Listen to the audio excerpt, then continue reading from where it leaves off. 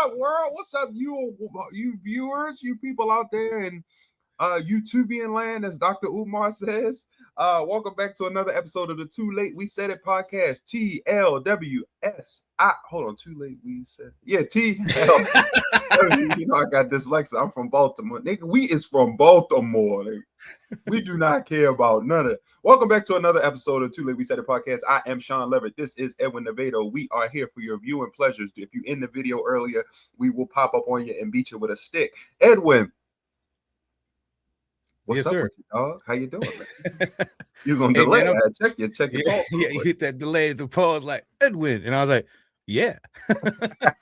When I'm chilling, man, another week, man, and I'm like starting to take your advice and doing things, and everybody knows I've been working on music, and it seems like every week I got a song, so it's like, oh, you got some new heat for us? You got something new for us? I got a new joint. I put together a little snippet just to make it.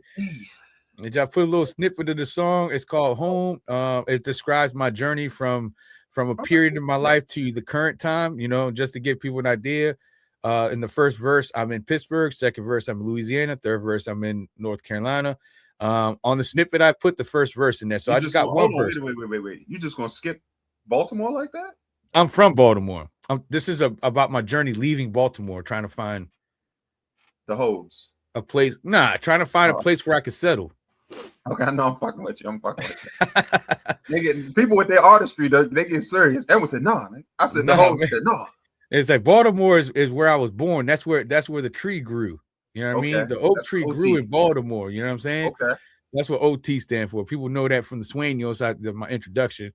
And that's where the oak tree grew, yo. So it's like I had to expand and move to see where I could fit. You know what I mean? I had to find my own way.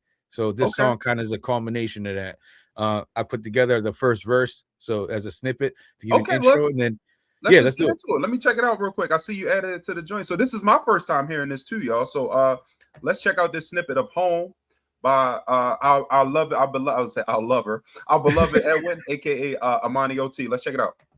But I know I'll make it home. It's like I traveled on an empty road. So many people, but I still feel I'm alone. Looking for aces, wheels turning on this open road. Where I belong, somewhere that I can call my home. I move with ease, swapping colors like them autumn leaves. I ease my stress when I'm rolling up and I'm climbing trees. A summer breeze or a winter cold to tighten joints. I'm blowing smoke, got it twisted, you get the point.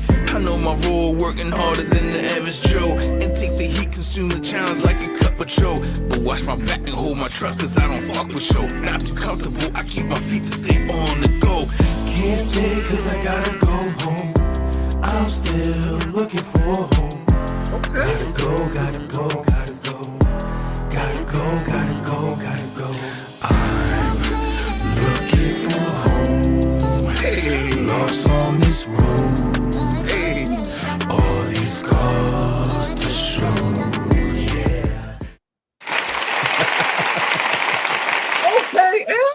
Yeah, I like the production getting better. It just keeps getting better. Yeah, my mixing skills. Yo, I was shaking off that rust, and I'm getting better at mixing my shit so it can sound like trying to get the audio balance and stuff. So I'm starting to get back in a rhythm. Like, you know, this took a little time, but you know, it started with Sueños. You know what I'm saying? And now we're going home. Don't to me, Sueños. Let's go, Edwin. Okay. I'm gonna put the so that's fire, man. Well, shit, you'll get to hear the premiere with everybody else. It's gonna premiere right after this episode airs. I set it for 10:45.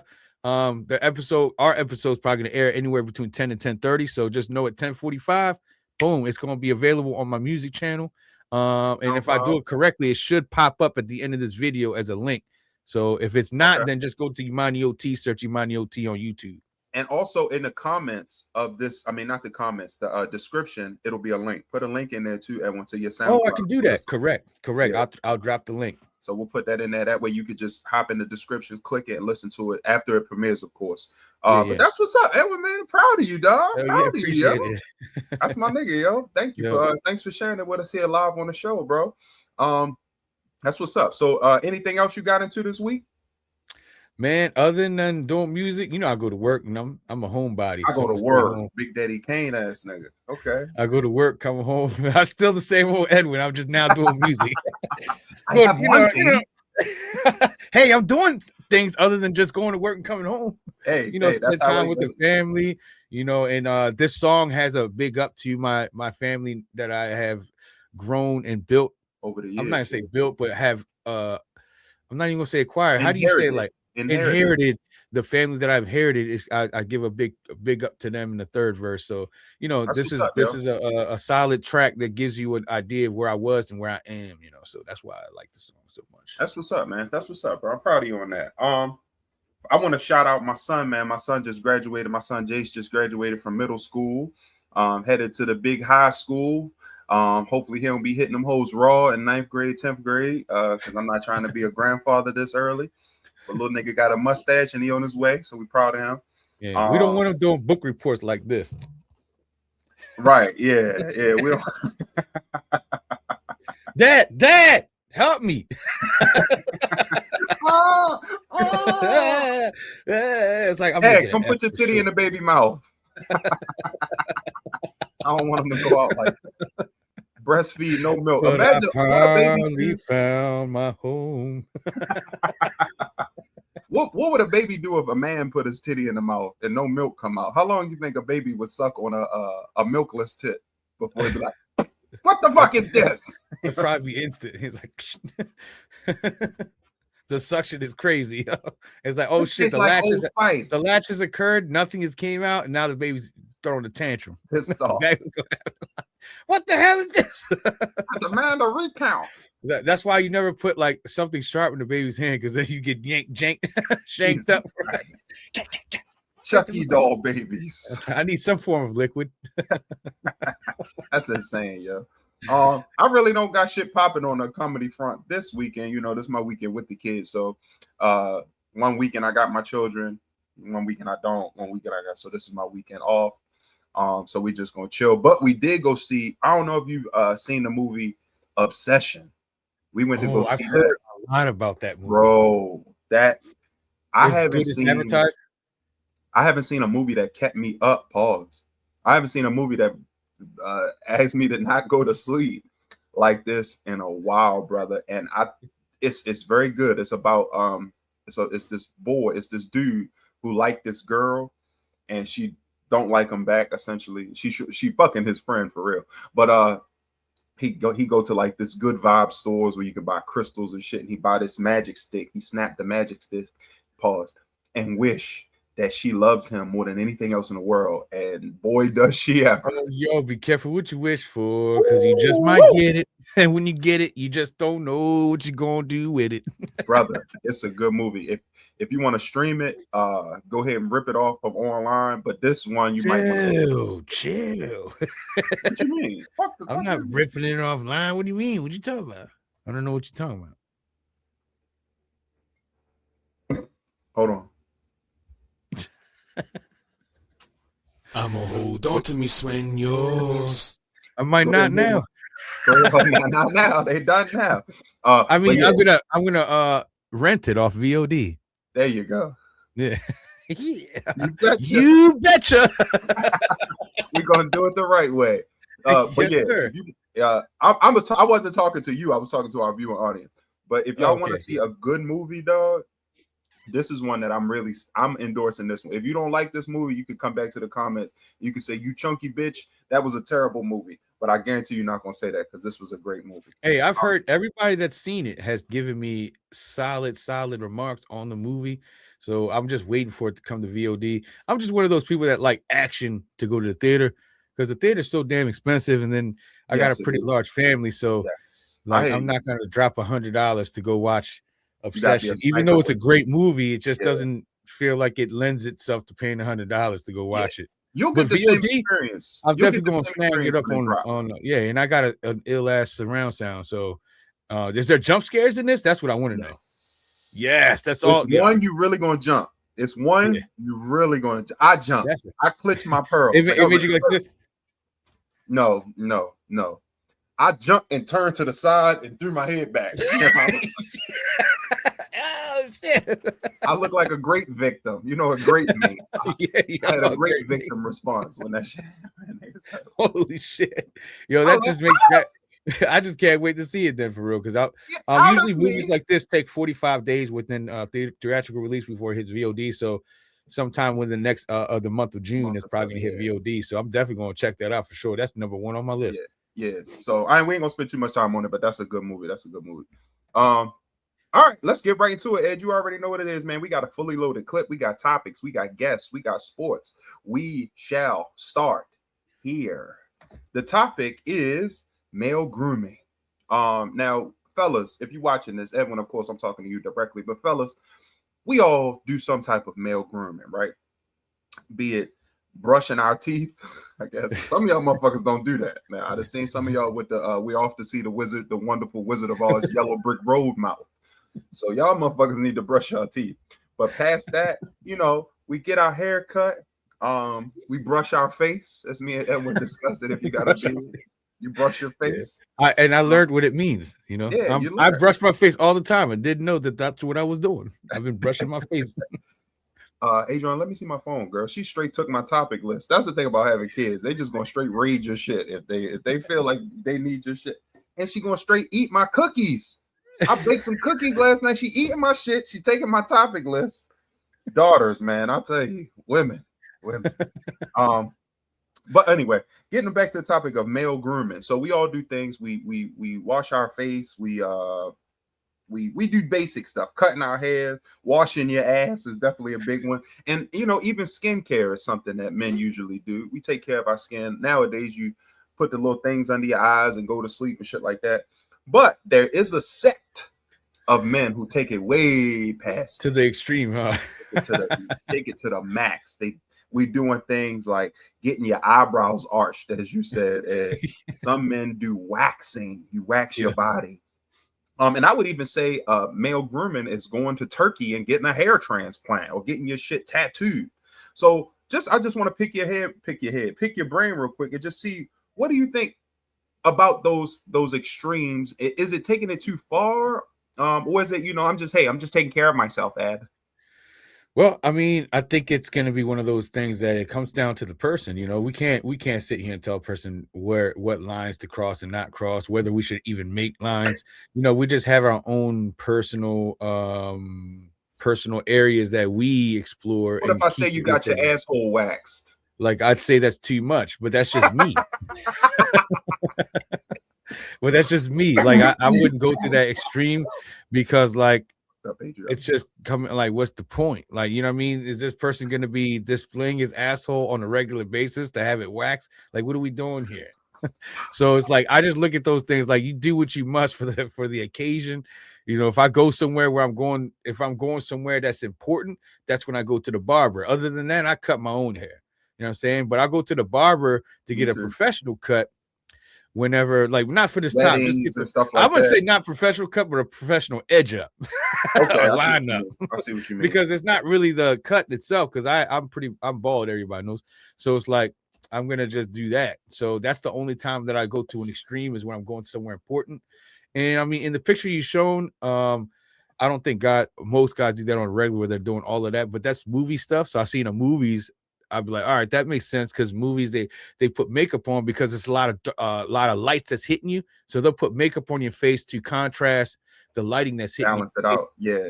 Balance out the lighting. And I think that's acceptable because it's for the movie and whatnot. But do you see guys putting on makeup to a degree, even just to go out or something like that? Yeah, I do. I was in Rockville last weekend for a show. And the second show, shout out to Don't Tell Comedy. I was in Rockville for a show with them. And the second show, it was a group of guys, and 3 out of 4 of them, clearly you could tell they had on makeup. And they just went out to kick. And these weren't LGBTQ guys. These was macho men. So no shade to the LGBT, but most people are like, well, are they gay?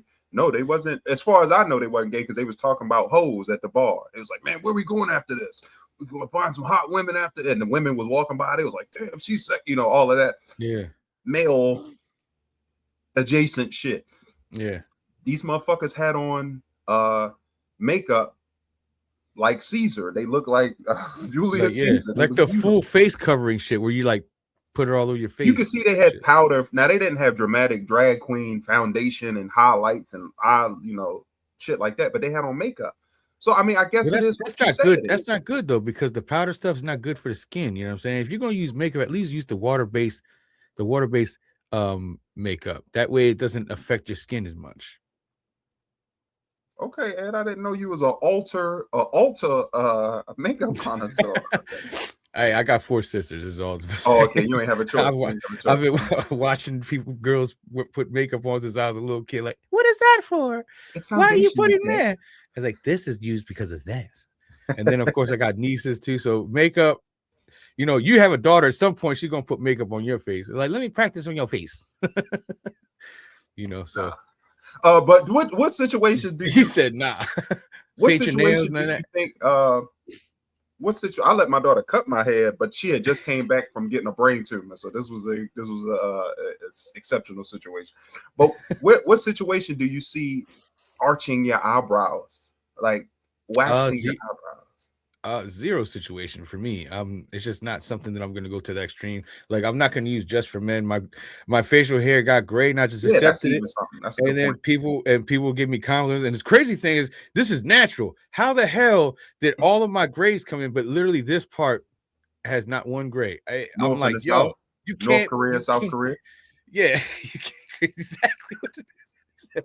You got the CCP. China got the CCP beard ethics code of ethics. But I just find it interesting that it didn't translate to here. And I mean, it just is what it is. I just accept it for what it is.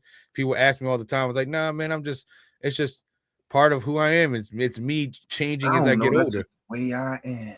It's just the way I am. So I mean, so it's like, for me, I don't really get into that type of detail. Now I try to groom, keep it like, so it's not getting out of control.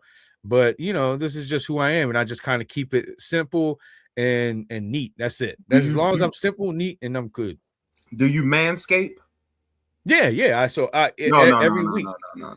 What do you mean by what I'm talking about? Oh, manscape? In South Korea, yes. Manscape?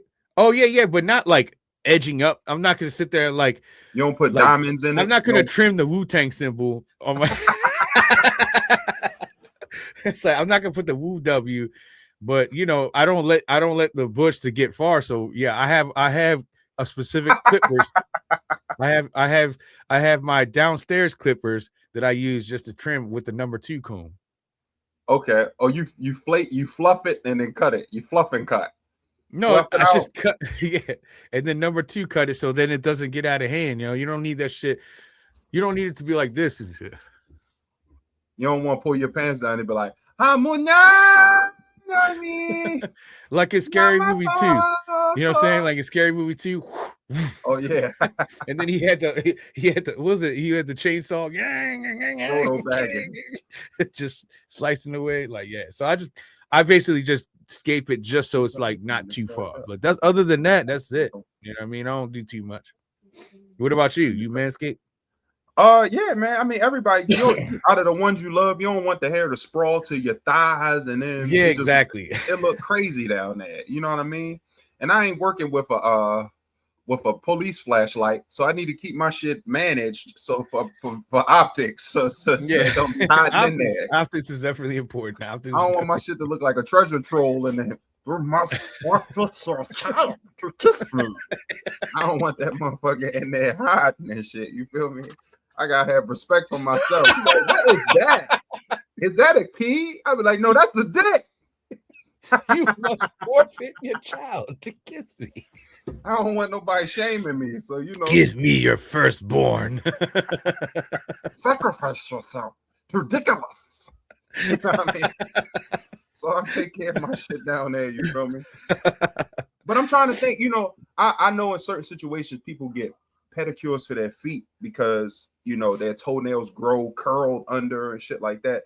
But if you're getting your toes buffed and polished, like one thing is people are talking about this a lot. Caleb Williams, of course, is the Madden athlete cover, and he doing his little Iceman pose, and his fingernails are painted on the cover of Madden.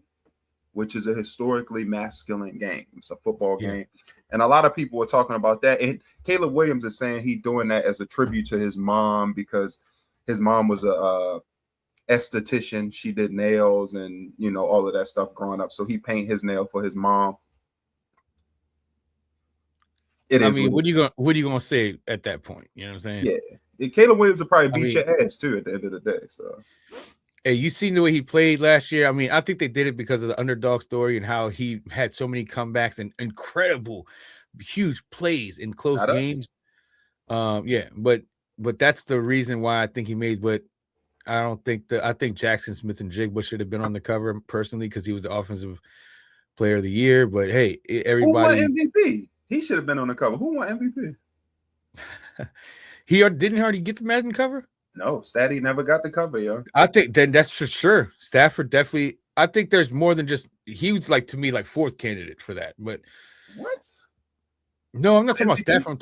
I'm talking about Caleb Williams is like fourth candidate. He's It should either be the defensive player of the year or the offensive player of the year, or they could put both, or the MVP. Either one of those three.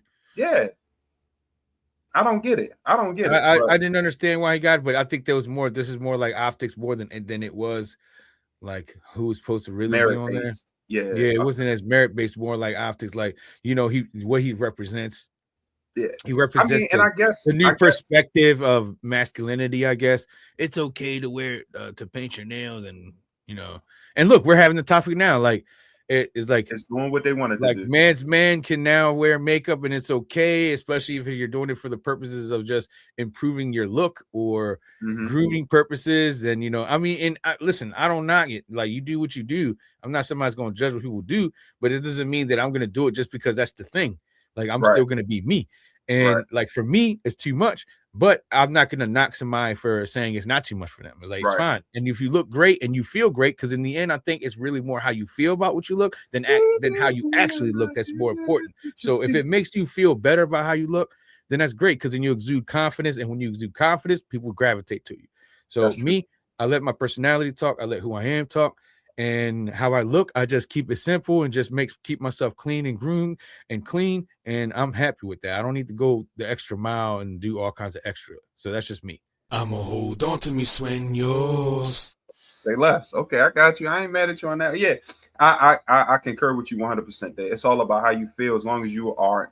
I'd rather you be that than stinking and having those effects that permeate onto me now. Now I gotta smell you. I gotta, you know, you all scruffy and scratching dandruff and shit. Now it's in the air and all of that. So you can paint your nails all day. You could staple a butterfly to your dick. I don't give a fuck what you do, but as long as you ain't funky and, you know, especially at work, as long as it's not infringing my personal space, correct, and making me feel uncomfortable, then I'm all right. Yeah, exactly. That's the way I feel about it. Let's move on. Headed to the next topic. It's been a heated conversation. Well, now I guess you could say it was a heated conversation because it really have shit to do with the general public as far as impact on us directly. But conversations are swirling right now. What are they swirling about? Oh shit. 50 Cent's baby mama. I think her name is Joy Daphne, right there in the middle. Beautiful woman. You can tell us a lot of work done. I personally don't like. Well, I like to say beautiful woman. You can tell there's a lot of work done. Yeah, it's a lot of work. I personally, I want a natural woman. With that bush we was just talking about. Welcome to the jungle. We got fun and games. That's what I want. But you know, to each his own. I guess once you get up in this Hollywood sphere, this is what you're looking for. But in the middle there is, I believe her name is Joy Daphne or Daphne Joy, I'm not sure. This is the mother of Curtis Jackson, aka 50 Cent baby mama. And this past week, a new video came out, a Diddy video dropped from the penitentiary of not her directly in the throes of romance, I guess you could say, with Sean Combs. Damn, I hate this name, Sean. With P. Diddy, I'm gonna say, not in the direct throes of intercourse with P. Diddy, but like, why his name gotta be Sean? But he's Sean Sean. I know, SHAWN is Jay-Z. So it's a lot of good Sean's, a lot of bad Sean's. So and I'm if you're somewhere in the middle. SEAN, you got to hold on for dear life because you're just one mistake away from becoming P. Diddy. Hold on. You better hold on. So over the weekend, a video came out of Diddy, and we'll get into this in a second. We'll get into the specifics of it. Diddy, a male prostitute, and 50 Cent's baby mom in the act. So in the video, she is with the male guy. I guess he's a porn star, and they going to town. And I'm telling you, he put a hurting on that throat. He was he had the dinner table wood. You know, this is about look like a twin mattress. Let's keep it 100. So is this something that was engineered, or like she was unaware, or she said we'll talk about it. So what happened was she was with Diddy at the time as like his girlfriend, and he hit her with the, you know, what really turned me on, I would love to see you do, baby, is be with this guy. That type of shit. So she was not with 50 during the time that this happened. She wasn't with 50. That's a key point. Was it before she met 50 or after? No, this is after. So she already had given birth to 50's child. Correct. So she already was baby mama's. She was already baby mama.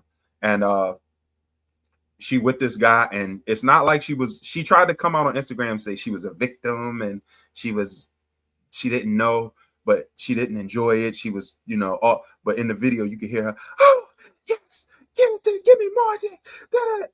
She was enjoying it. That doesn't sound like a victim, but you know.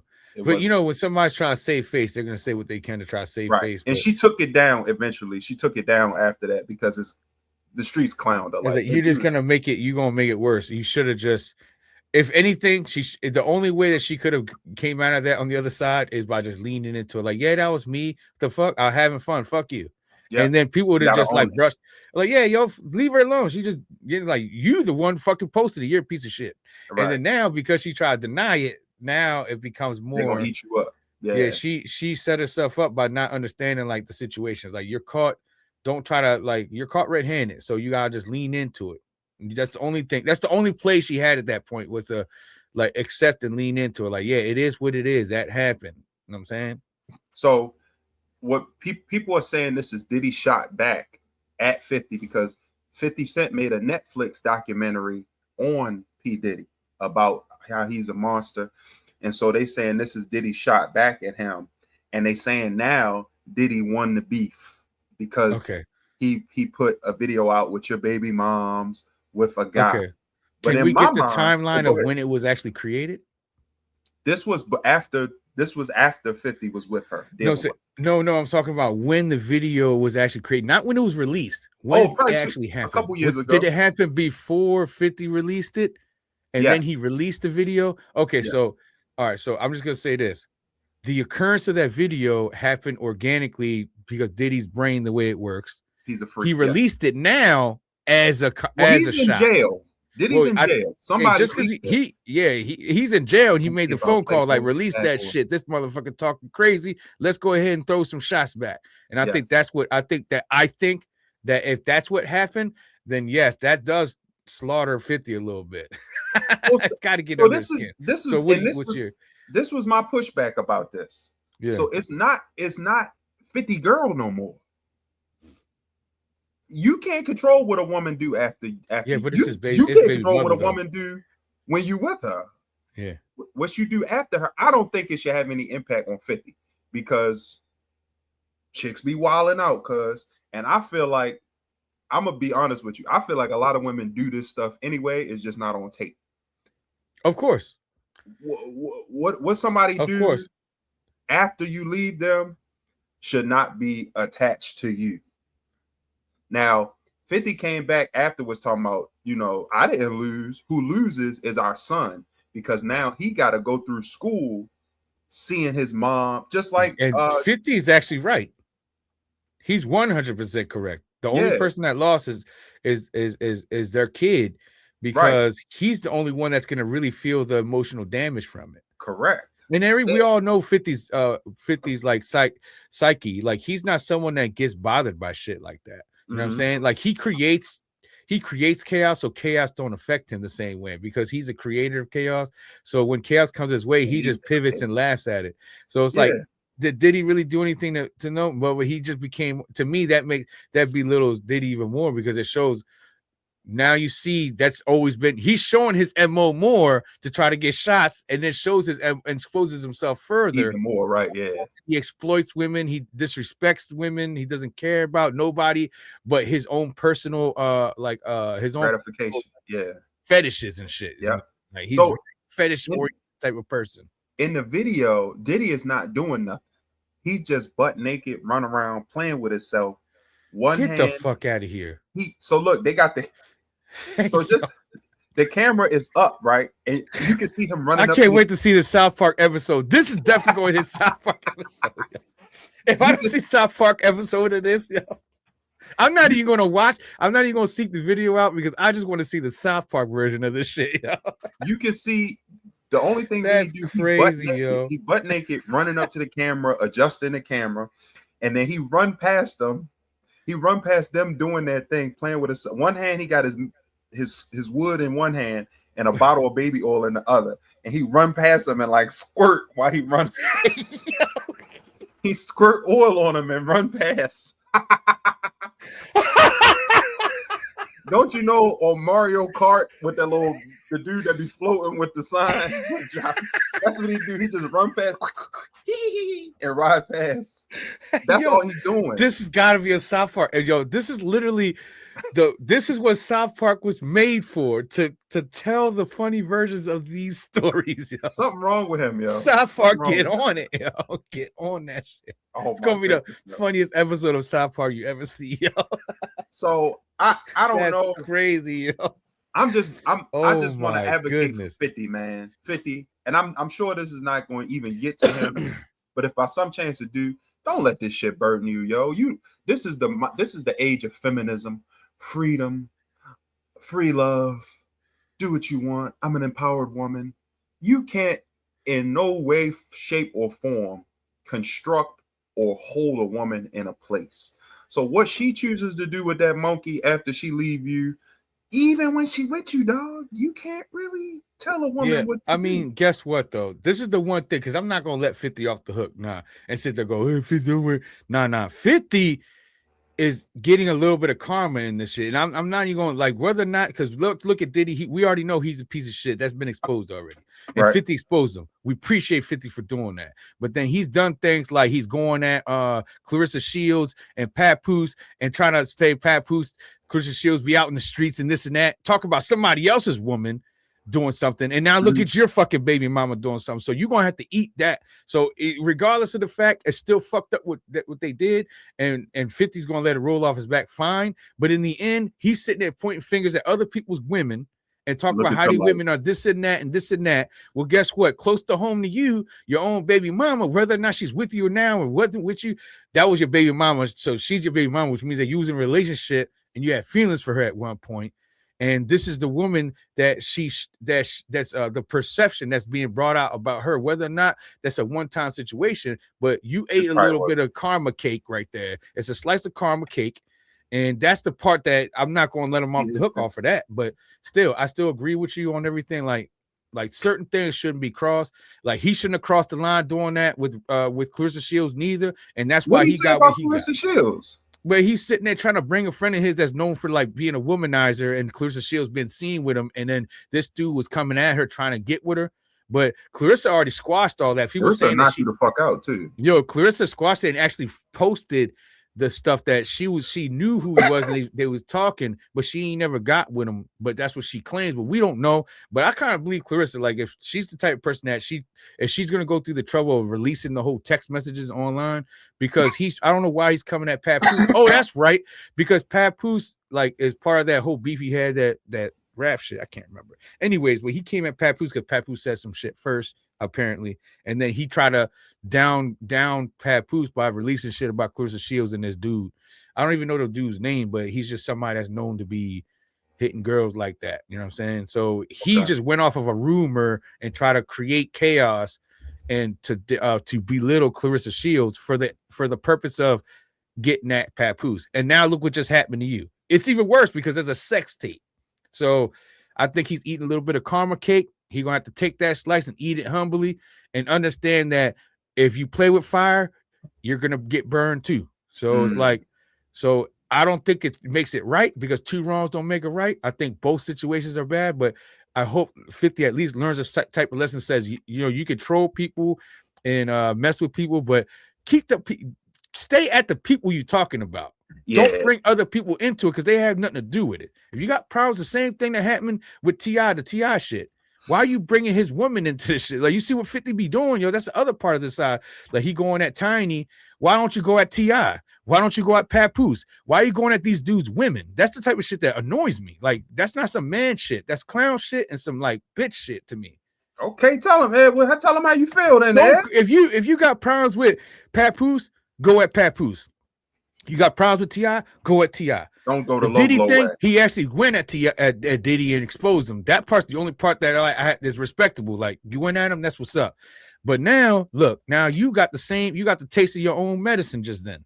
And guess who? Just like he said, guess who pays for it? Not him, because he don't give a fuck. We know that 50 don't give a fuck, but your kid gives a fuck because that's his fucking mom, yo. Yeah, it's tough. So you created a karma situation because I guarantee that video would have never came out the way it did. That's what I do know. It may have happened, but it probably wouldn't have came out. She said TMZ, so it's been out for like a year and a half, but TMZ bought it. It tried to come to her and like, yo, we'll pay you if you let us release this. She was like, no, and all of that. But somebody leaked it. So somebody leaked. Sean leaked it. The bad boy. It got leaked. So. But that's just my take on the whole thing. I think the whole thing is despicable to a degree. Because just like I said, like, you got a problem with somebody, go at that person. Stop going at the family members. You ain't the mafia. Don't disparage people by and thing. They just kill your whole family. So at least they're just put out the mystery. You ain't the mafia. It's like, you know what I'm saying? You ain't the mafia and stuff. So why are you going at people's people's relatives and shit instead of going directly at them? That's the man shit to do. Like, we talking about what being a man is and shit. It's like own your mistakes and also deal your problem directly with the source. Don't be outsourcing your shit and going around the problem. Go straight to the motherfucker and say, yo, you fucking with me. I'm like blah blah. But that's the third time. This is 3 times that 50 Cent has gone at a dude's woman. And now someone's going at his woman. So whether or not she's his woman now, he got a baby with her. So now she got a son. So at the end, that's my take on that. You know, I still fuck with 50 as an artist and whatnot. But there's some certain elements to the way he moves sometimes that I don't know why people celebrate it. To me, I think that's fucking. I shouldn't have used that word. It was used earlier. I'm gonna blur it out every time that was said, by the way. But that was ridiculous for him to even for people to even think that they can be like, oh yeah, 50 doing that. It's like, nah, that's not. We never in the history. We live in a culture of disassociation. It's never smoke until it's at your front door. It's all fun and games until the shit at your front door. And then now you saying, I'm depressed. I can't live about this. I'm thinking about putting myself out the game. But when it was everybody else going through it, there's no empathy in society no more. Essentially, is what I'm trying to say. Everybody's problem is their problem until it's your problem. Then you want to GoFundMe, then you want to put social media posts up about how sad you are about yourself crying and shit.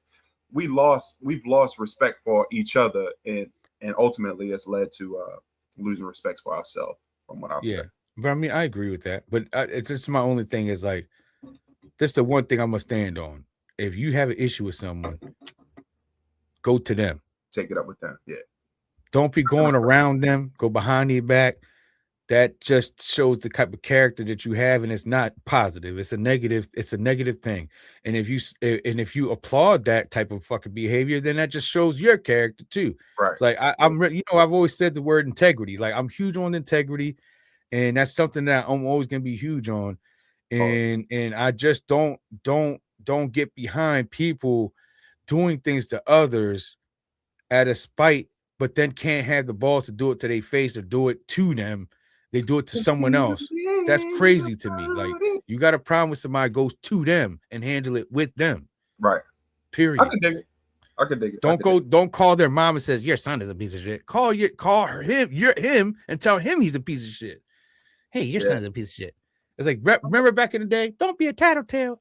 That's a form. That's an adjacent form of being a tattletale. It's like, I'm not going to deal with the problem directly. I'm going to try to go around the problem and deal with an adjacent person to that person that's going to cause a problem within their household. Then I'm going to sit back and laugh. It's like, no, that's not cool. I can dig it. I'm done with that. I'm letting you get it off. I'm letting you get it off. This is an open invitation. 50 Cent, everyone would like to box you at Madison Square Garden. Nah, it's not. It's not really about 50 Cent. It's just that those are the things that I dislike about anybody. Like doing stuff like that to me is not cool. But that's like no knock on 50 himself. But the things that 50 does, he needs to eat that slice of karma cake because he's done it to others and now it's happening to him. So you can't sit there and be like, oh, what was me? Or act like, oh, you know who really loses? Yeah. And guess who created that? He created that slippery slope to happen because he's putting it out there, doing it to others. And now his son's paying for it. Yeah. You know what I'm saying? Sins of the father. You heard that before? Sins of the father. Now your son is paying for the sins of the father, period. That's fact. That's the lesson. It's not me saying that I don't like 50 because like I said, I fuck with 50, but that doesn't mean I fuck with the shit that he's done. And those 3 instances to me are just ridiculous. It's a lot more than that too. I'm not going to go round. I'm not going to celebrate those things that he's done, even though I fuck with him as an artist. He's one of my favorite artists, but that's not going to change the fact that I'm going to be okay with those things because that's not the way I would get down. Okay. And I don't approve of it. So why would I say it out loud and okay, we got you, Ed. We got you, Ed. Jesus Christ, yo. Let it go, yo. Calm down. I should have never brought this topic up, yo. My fault, yo. This just struck a nerve with this thing, yo. Yes, I hate them, and I hope they burn in hell. Damn, dog. Take it easy, yo. You need some blood pressure medicine. My bad. I just realized that. I didn't realize I was that. Yo, take a sip. Let me drink out the big cup. The big cup, yo. We done, yo. Wu-Tang Clan ain't nothing to fuck with. Now, sex tape with my woman's gonna get released. Fuck you, Philly. No, I'm just kidding. Well, that can't happen with your baby moms. I don't know. It's tough. I don't fucking know what happened. I didn't know her whole life. Is also saying, nah, it's not. You never know. You never know. In this game, in 2026, in the end, if you play that type of game, that just says who you are, yo. Yeah. It's like that's not the way I play. But it is what it is. I hope I don't get famous now because I'm gonna get slammed. Exactly. All right, Ed. So that was crazy, man. But it's time to move on from that. We have a very, very, very, very special guest in the building. We are elated to have this brother with us. We planned to get him on a couple weeks ago, but I got burnt. You know, I was in there fucking with these hoes in the street, and I had a STD come up, so I couldn't get up. No, I didn't. We couldn't get him up on the show. But we are elated to have this brother with us, all the way from the Rock. But he's hailing from Raleigh, North Carolina right now. But he's from Roxborough, North Carolina. Please put your hands together for my dog, Twan.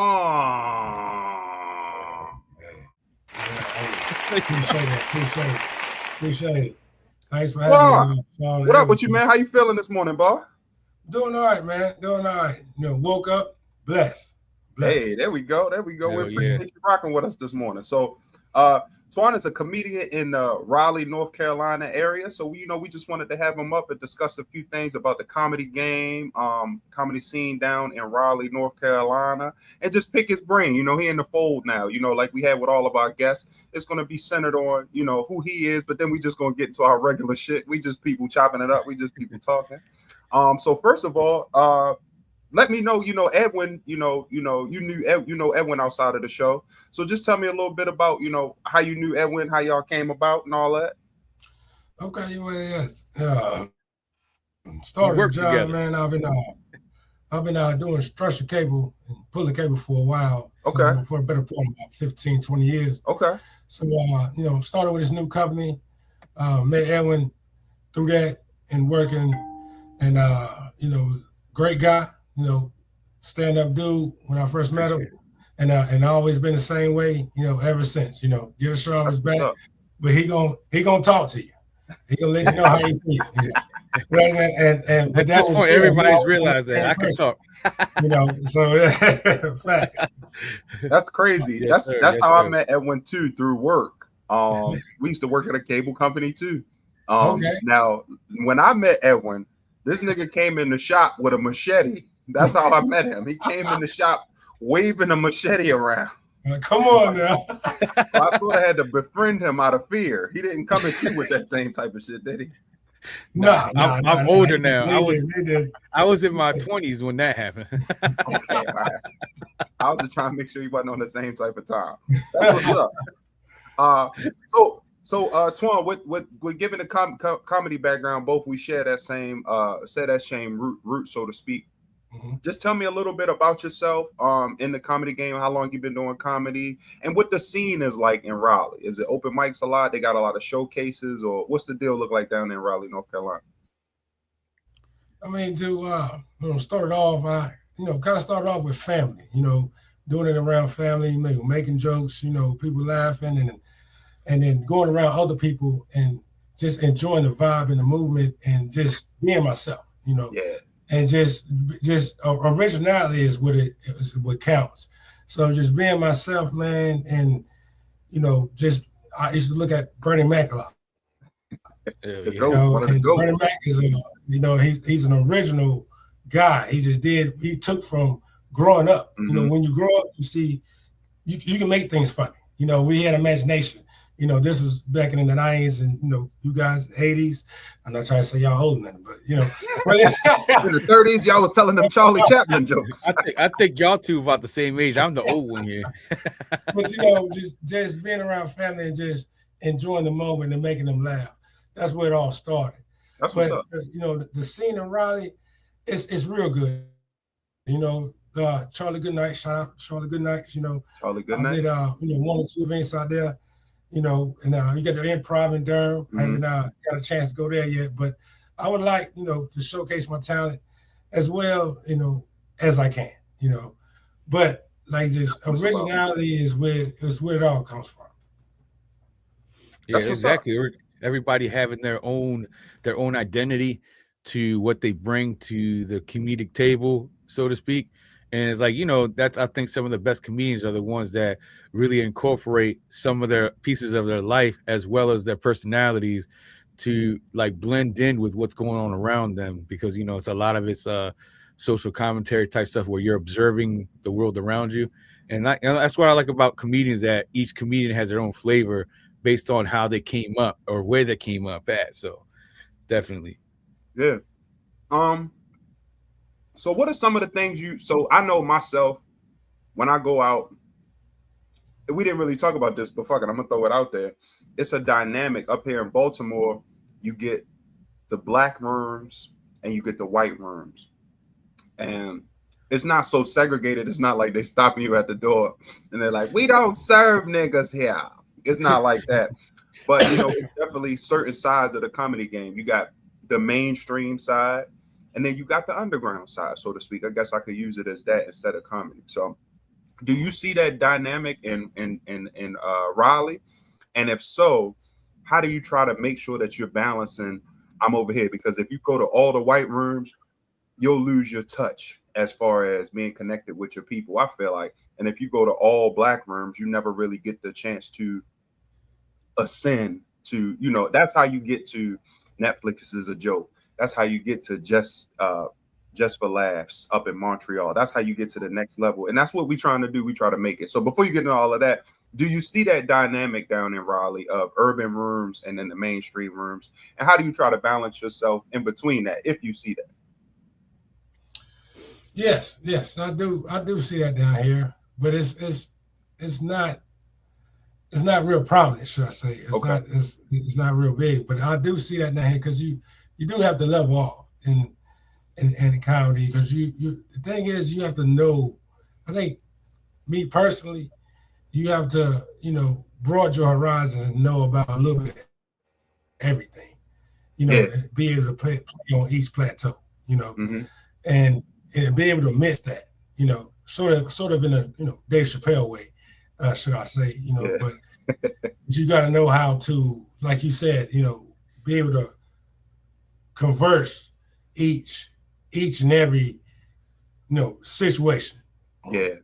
So yes, but it is difficult. But I haven't, like I say, to be honest, I haven't really performed in every in that situation.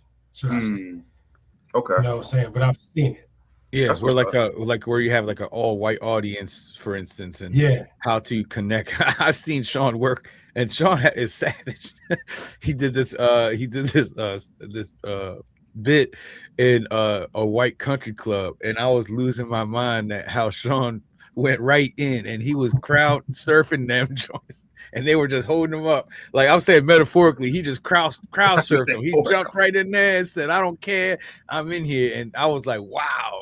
It's like I think there's some kind of a confidence thing that had to be able to go in there and say, I'm gonna dominate this crowd, even though it's all white crowd. That's a good segue. I want to talk about that next. But yeah, I started off in all black rooms. That's what I started off in the city. Okay. Now I work with a lot of white producers now. But every now and again I dip back, I pop back in. A lot of the rooms in Baltimore, the black rooms, are staples. It's a lot of stuff up here that's staple. Shout out to my nigga Ivan Martin. He runs one of the longest running urban rooms in the city at Motor House. It's always a great turnout. It's always a great vibe. It's always a great energy. And I feel like when I go back to the urban rooms, it's like somebody giving me a hug. It's all my people that I came up with there. I'm seeing everybody again, and it's always love. But being a parent, I really don't have a lot of time to do open mics like that. So if I pop out now, it's showcases or shows or stuff like that. But Edwin brought up a great point, confidence. I get nervous before every show, before every open mic. And I've been doing comedy for over 8 years. Almost 10 years, actually. And I still get nervous before every show. So do you ever experience jitters or nerves or second guess your set list before you go up, or you just stone cold when you go up? Yeah, definitely so. Definitely so. You always get those butterflies, man. Yeah. It's like seeing some new trim, and you get those butterflies every now and then when you see that trim. But yeah, when you jump on stage, man, you get those butterflies. But when you get out there, you just open up, man, because you're like, it just is what it is at this point. Yes. I'm gonna do it, like, you know what I'm saying? So you just, you kind of go in. And don't get me wrong, I have my intoxicants, that involved. Yeah, that's it. And that makes it smoother. Yeah. Just like anybody else. But anyway, when I go out there, it's just free flow, man. Yeah.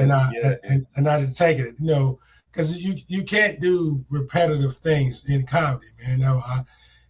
Cat Williams never did the same thing, in each show over and over again. You have to be different. You have to keep the mind going. Mm-hmm. You know what I'm saying? Because you can't do the same show repetitive, because people know exactly what you're going to say. Right. So and that's the creativity behind comedy. That's what I enjoy. That's interesting because look, see, from me as an artist, music, it's the opposite. You kind of want to do like your best hit list because you want the crowd to participate and sing along. Where in comedy, it doesn't lend to that because you want fresh. Because if the joke doesn't get funnier every time you say it, it gets less funny because the person's already heard it. So it's interesting. But the jitters and the nervousness and the butterflies, exactly the same thing. Mm-hmm. Like I performed 8 different times in Baltimore and DC, and not one of them did I feel any less nervous. However, I did perform better within the nervousness as I went because I felt comfortable in the uncomfortable. And I was like, I'm used to it. Now I know it's normal. And if I don't feel it, then something's wrong. You know what I mean? Like if you're not nervous, something's wrong. So it's like I think that it's part of the drive that gives us that adrenaline boost to push through it, because I swear I feel like I can't do it up until the moment that I'm about to do it, and then all of a sudden I'm doing it and I'm like, oh, I can do this. Yeah. And it's crazy how you feel that way every time. It's crazy. So I can relate to that. I think music is easier than comedy. Oh, definitely. I would say definitely. Performing music, definitely. You already know what you're going to do. Yeah, and it's a rhythm. The crowd respond exactly. Like you're already going there with the rhythm because the music is giving you the tone. Where your comedy, you're just a man in a mic, man or woman in a mic with nothing to back you. No It's distraction. just you and yourself, and you have to grab the room. So in a way, it's like an elevated level of performance that has to come from you, because if you're nervous and music's playing, they might not notice as long as you stay on point with the beat and it's slow you get in. But in comedy, your vocal tone is different. People are gonna know you nervous, and the minute they know you nervous, they're gonna eat you alive. You're right.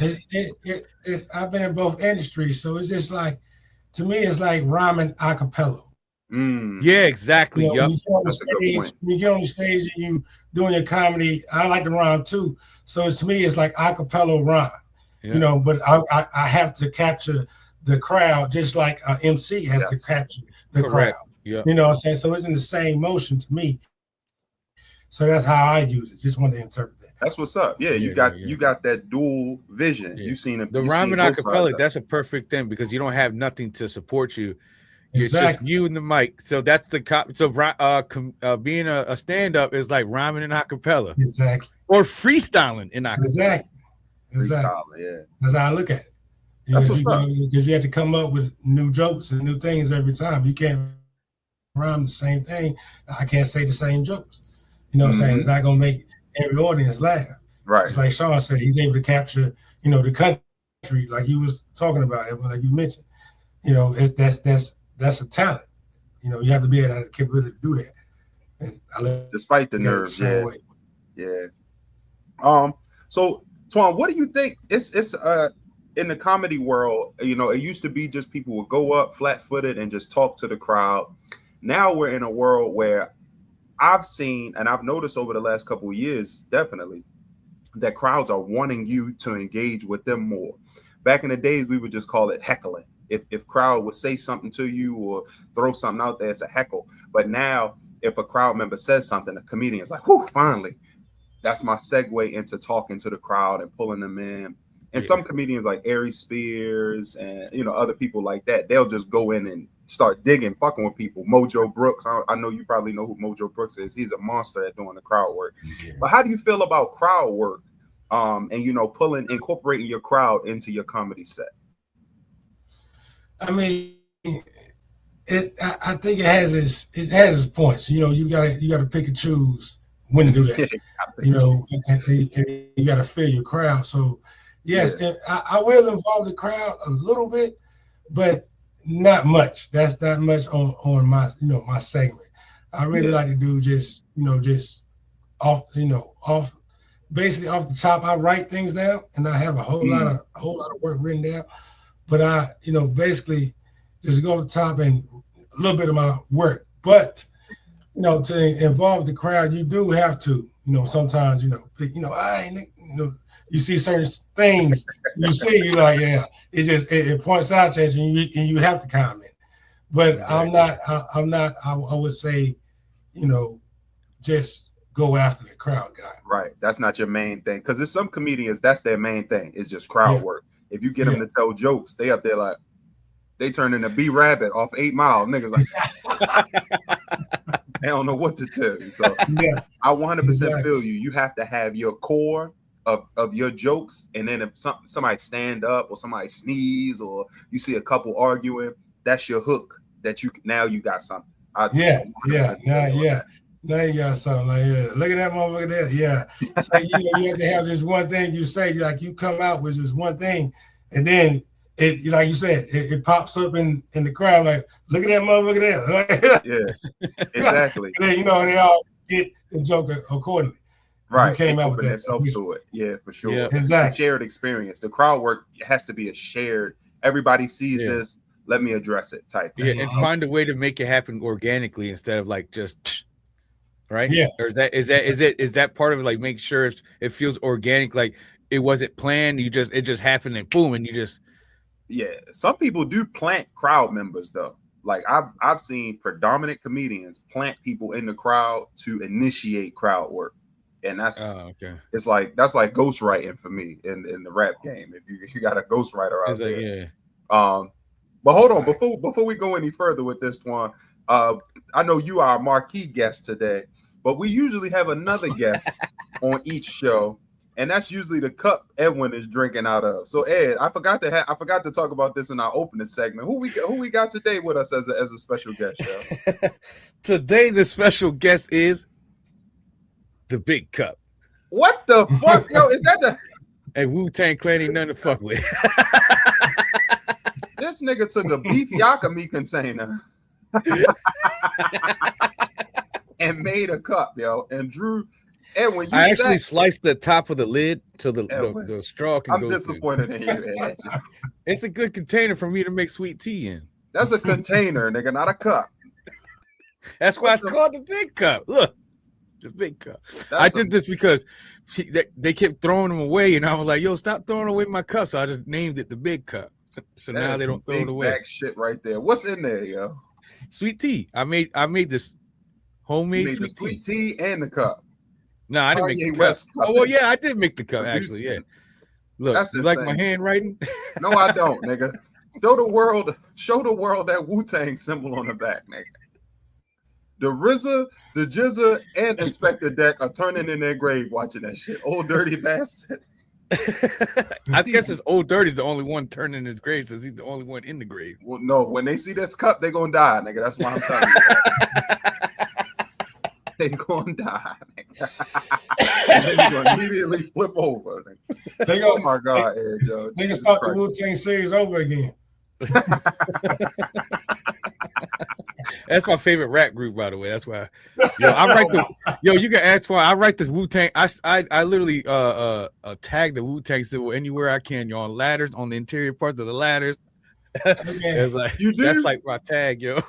Hey man, Wu-Tang. I got my tools, my drill got a Wu-Tang symbol on it. Wu-Tang, I love Wu-Tang. I state this, great group of rappers. Oh yeah. Wu-Tang fans are like fucking irate. Like they are strong about that shit. They got tattoos on their selves of Wu-Tang symbols. Like, what the fuck? Like, I understand, I get it. They are wrong, I get it. But damn, do you have to go that far? That's to crazy. Write a symbol on your cup of Wu-Tang? I tatted myself at 16. I made an old tat gun, but you can't see nowhere. I just got a scar there. I know you got I'll show you at work, yo. I'll show you off camera so you can zoom in. But you'll see where the Wu-Tang said it faded away because I was 16. I took a race car that stopped working, so I took the engine from the race car out and then put a little needle on it and then used pen ink. Shit. I made a Wu symbol on my arm. Yo, my mom was so mad. She took my Nintendo and everything, yo. As soon as your mom took your stuff, you should have said, "Mom, Wu-Tang Clan ain't nothing to fuck with." Yo, I didn't. I did say that, and then she slapped me in the face. I met your mom, and I believe she slapped you, man. She said, she didn't do like the slap like this. She did the backhand slap, bam, on my mouth. Hey, so and I was like, and first of all, throw that cup away after the juice gone. That's the Big Cup, yo. That's a Temu cup, and the plastic is going to 100% seep into your beverage over the next 2 uses. So I don't want you to get throat cancer. Okay, so I'll have it 2 more uses, and then I'll get rid of it. There you go. It's It's on a pitch count. You got 3 strikes, and you out with the Big cup. When the marker fades, I throw it away. No, it's too late at that point. Oh, okay. You already got intestinal cancer by the time that happens. Don't wait that long. Don't wait that long. But look, I just made it. Yeah, you got 2 more runs, nigga. That's it. Don't get greedy. You got 2 more spins. Booby Miles got 2 more spins. Hey, but peep game. So speaking of music, a very poignant point that Twan brought up in pre-production, the Jay-Z Roots Picnic freestyle. It was an acapella freestyle, just like we were just talking about. Ed, I don't know if you heard it, but he made hella disses at Drake, his homeboy Dame Dash, hella people. We'll let Twan go first. What did you think about that? Do you think it's good? He came out with the Mufasa afro. What did y'all think about that freestyle? I mean, I'm gonna address the afro first. Like, I don't know how he did that. Like, that's that first and foremost. Like, I'm still mind boggled behind that. You know, I don't know how to put it. I mean, he went from dreads to afro. You know, but, you know. How that happen? Yeah. People been clowning his dreads for so long that he's like, all right, I'm gonna pivot, and he made a hard pivot. Is what I'm thinking. Can you disassemble dreads to an afro? I mean, you could comb them out. It's a possibility you could comb them out, but that's a real hard possibility, should I say? I don't think that would happen. But I don't know about that part. Antoine said, I mean, you can comb them out. Oh shit, he trying to give him the benefit of the doubt. Go ahead, Twan. I'm sorry. That is it. Oh shit. But yeah, so we go there. But the rhyming, the physical, I mean the freestyle was I'm not gonna call it freestyle because he was cooking that up. You know, he cooked that up. Right. He watched everybody did some. He was dormant for the last 10 years. He ain't say nothing. So and when he went on the interview and he was saying that, you know, I'm not gonna say anything. You know, I'm gonna chill. You know? I'm gonna be all right. Yeah, because everybody knows Jay-Z. He got to the point where he doesn't write no more. He basically writes the songs, but in his head. So he's really good at memorization. So he probably had that verse memorized in his head for a while, and he just chose that moment to go ahead and unleash it, which is part of one of Jay-Z's talents, is to be able to do that allows you to have a Rolodex of rhymes in your head. So you can just access them at any point, which makes any one of his performances sound like a freestyle and a performance at the same time, because he can grab and he can probably mix and match some of those rhymes that he has in his head and create different performances. So that's a different level that he's achieved, that he unlocked. But you know, you don't lose. It's like riding a bike. You know what I mean? I didn't rhyme for almost 10 years, and then now I'm making songs better than I did when I was doing it. So it's like I could see how he just went right in and smoothly just pulled that out, and everybody's talking about it now. Pause. Yes. The thing is, you know, when you have it, you have it. But Jay-Z he's been the same way all his career. If you're a Jay-Z follower, Jay-Z spits subliminal rhymes every time. Yeah. And he did the same thing in his freestyle. That's why I still respect him to this day. He didn't say any names. That's what's perfect about it. Who he was talking about. You know what I'm saying? But he's doing it his whole career. Right. You know, that's who we are. And that's why I respected it. Yeah. They still came out the same way. Yep. Yeah, I fuck with it. Okay, yeah, that was cool. If you haven't checked out that Roots pick, now they're doing this all summer, and I think he in New York next weekend or something like that, doing a show. So yeah, if y'all haven't seen that, definitely go check that out. You're gonna see why we was laughing when Twan said, I mean, maybe you can go. It don't look combed out, nigga. That look like a hair. His hairstyle resembles North Carolina weather, yo. It'll be 85 degrees today, and somehow it's snowing tomorrow. I don't know how he got that, man. That's why we always wonder, like, how the hell did it go from 75 to 45 in the span of one fucking day? That's exactly that rapper that like grew braids overnight. I'm trying to remember. Nigga had I think was it R. Kelly had braids overnight or something like that? He went from a season to gangster pullbacks in like a week and a half. But anyway, so one thing I do want to talk about in regards to the comedy game, man, is clean comedy. I have my personal self. I just got not selected for a big show because I'm not as clean as the producers had wanted me to be.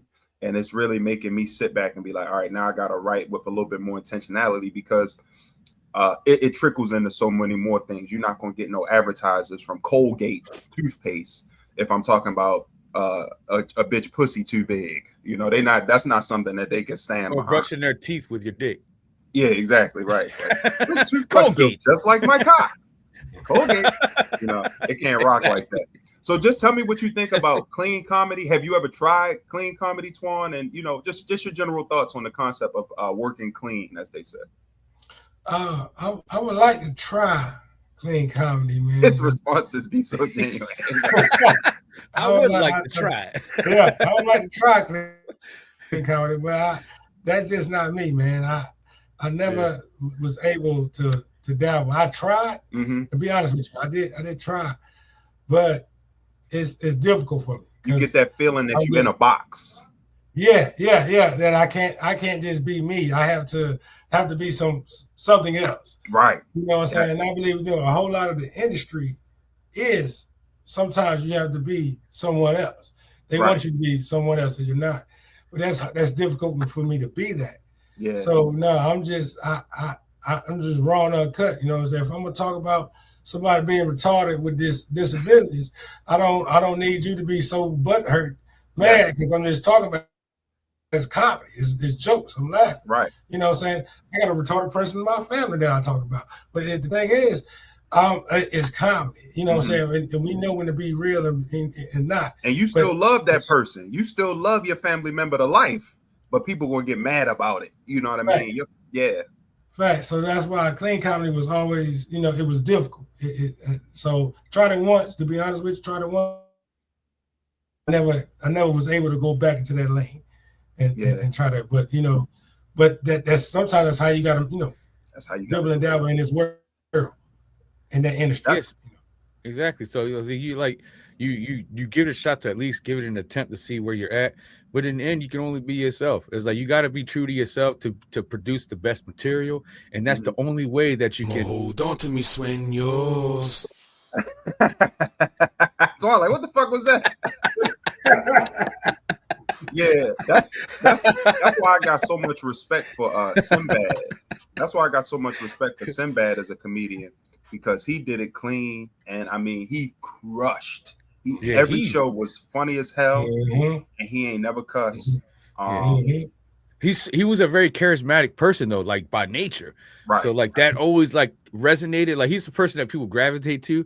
So it's like it's just everybody has their own niche, and then that's kind of where his niche was. He had he brought the crowd in with his exuberant personality, and like he just had this energy about him. Right. Yeah. I'm glad you mentioned Sinbad. Sinbad's talented. Just to attest to the rap game, Will Smith won a Grammy without cursing in a rap. You know what I'm saying?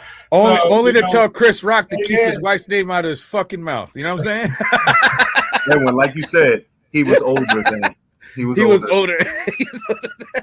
But hey, you gotta respect that though in the end, because that was so profound that later Eminem, the opposite of him, who curses on like every 5 bars, and that was kind of genius on Eminem's part too, because then he's like, Will Smith don't got to curse to sell records. Well, I do, so fuck him and fuck you too. That's crazy, But he won a Grammy. Hey, so you gotta respect that. Yeah, Smith got straight on that. But a lot of people forget about that. But yeah, you're right though. Let's go straight on that.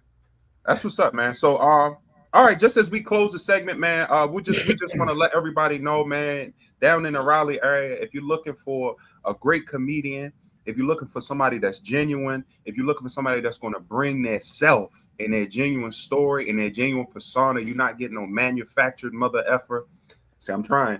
Holla at my man Twan. And if you ever up here in the north, man, anywhere, Virginia, DC, Baltimore, Pennsylvania, holla at me, man. Holla at me. I know a lot of people up here. I could probably get you plugged on something. We could hit the shows together. If you ever want to step out of town, let me know. And I'll do the same thing while I'm down there, brother. We definitely appreciate you coming to kick it with us and sharing your opinions and your points of view on the game. Is there anything you want to plug before we close this out? Man, I appreciate you guys, man, for having me on. Edwin, Sean, man, great opportunity.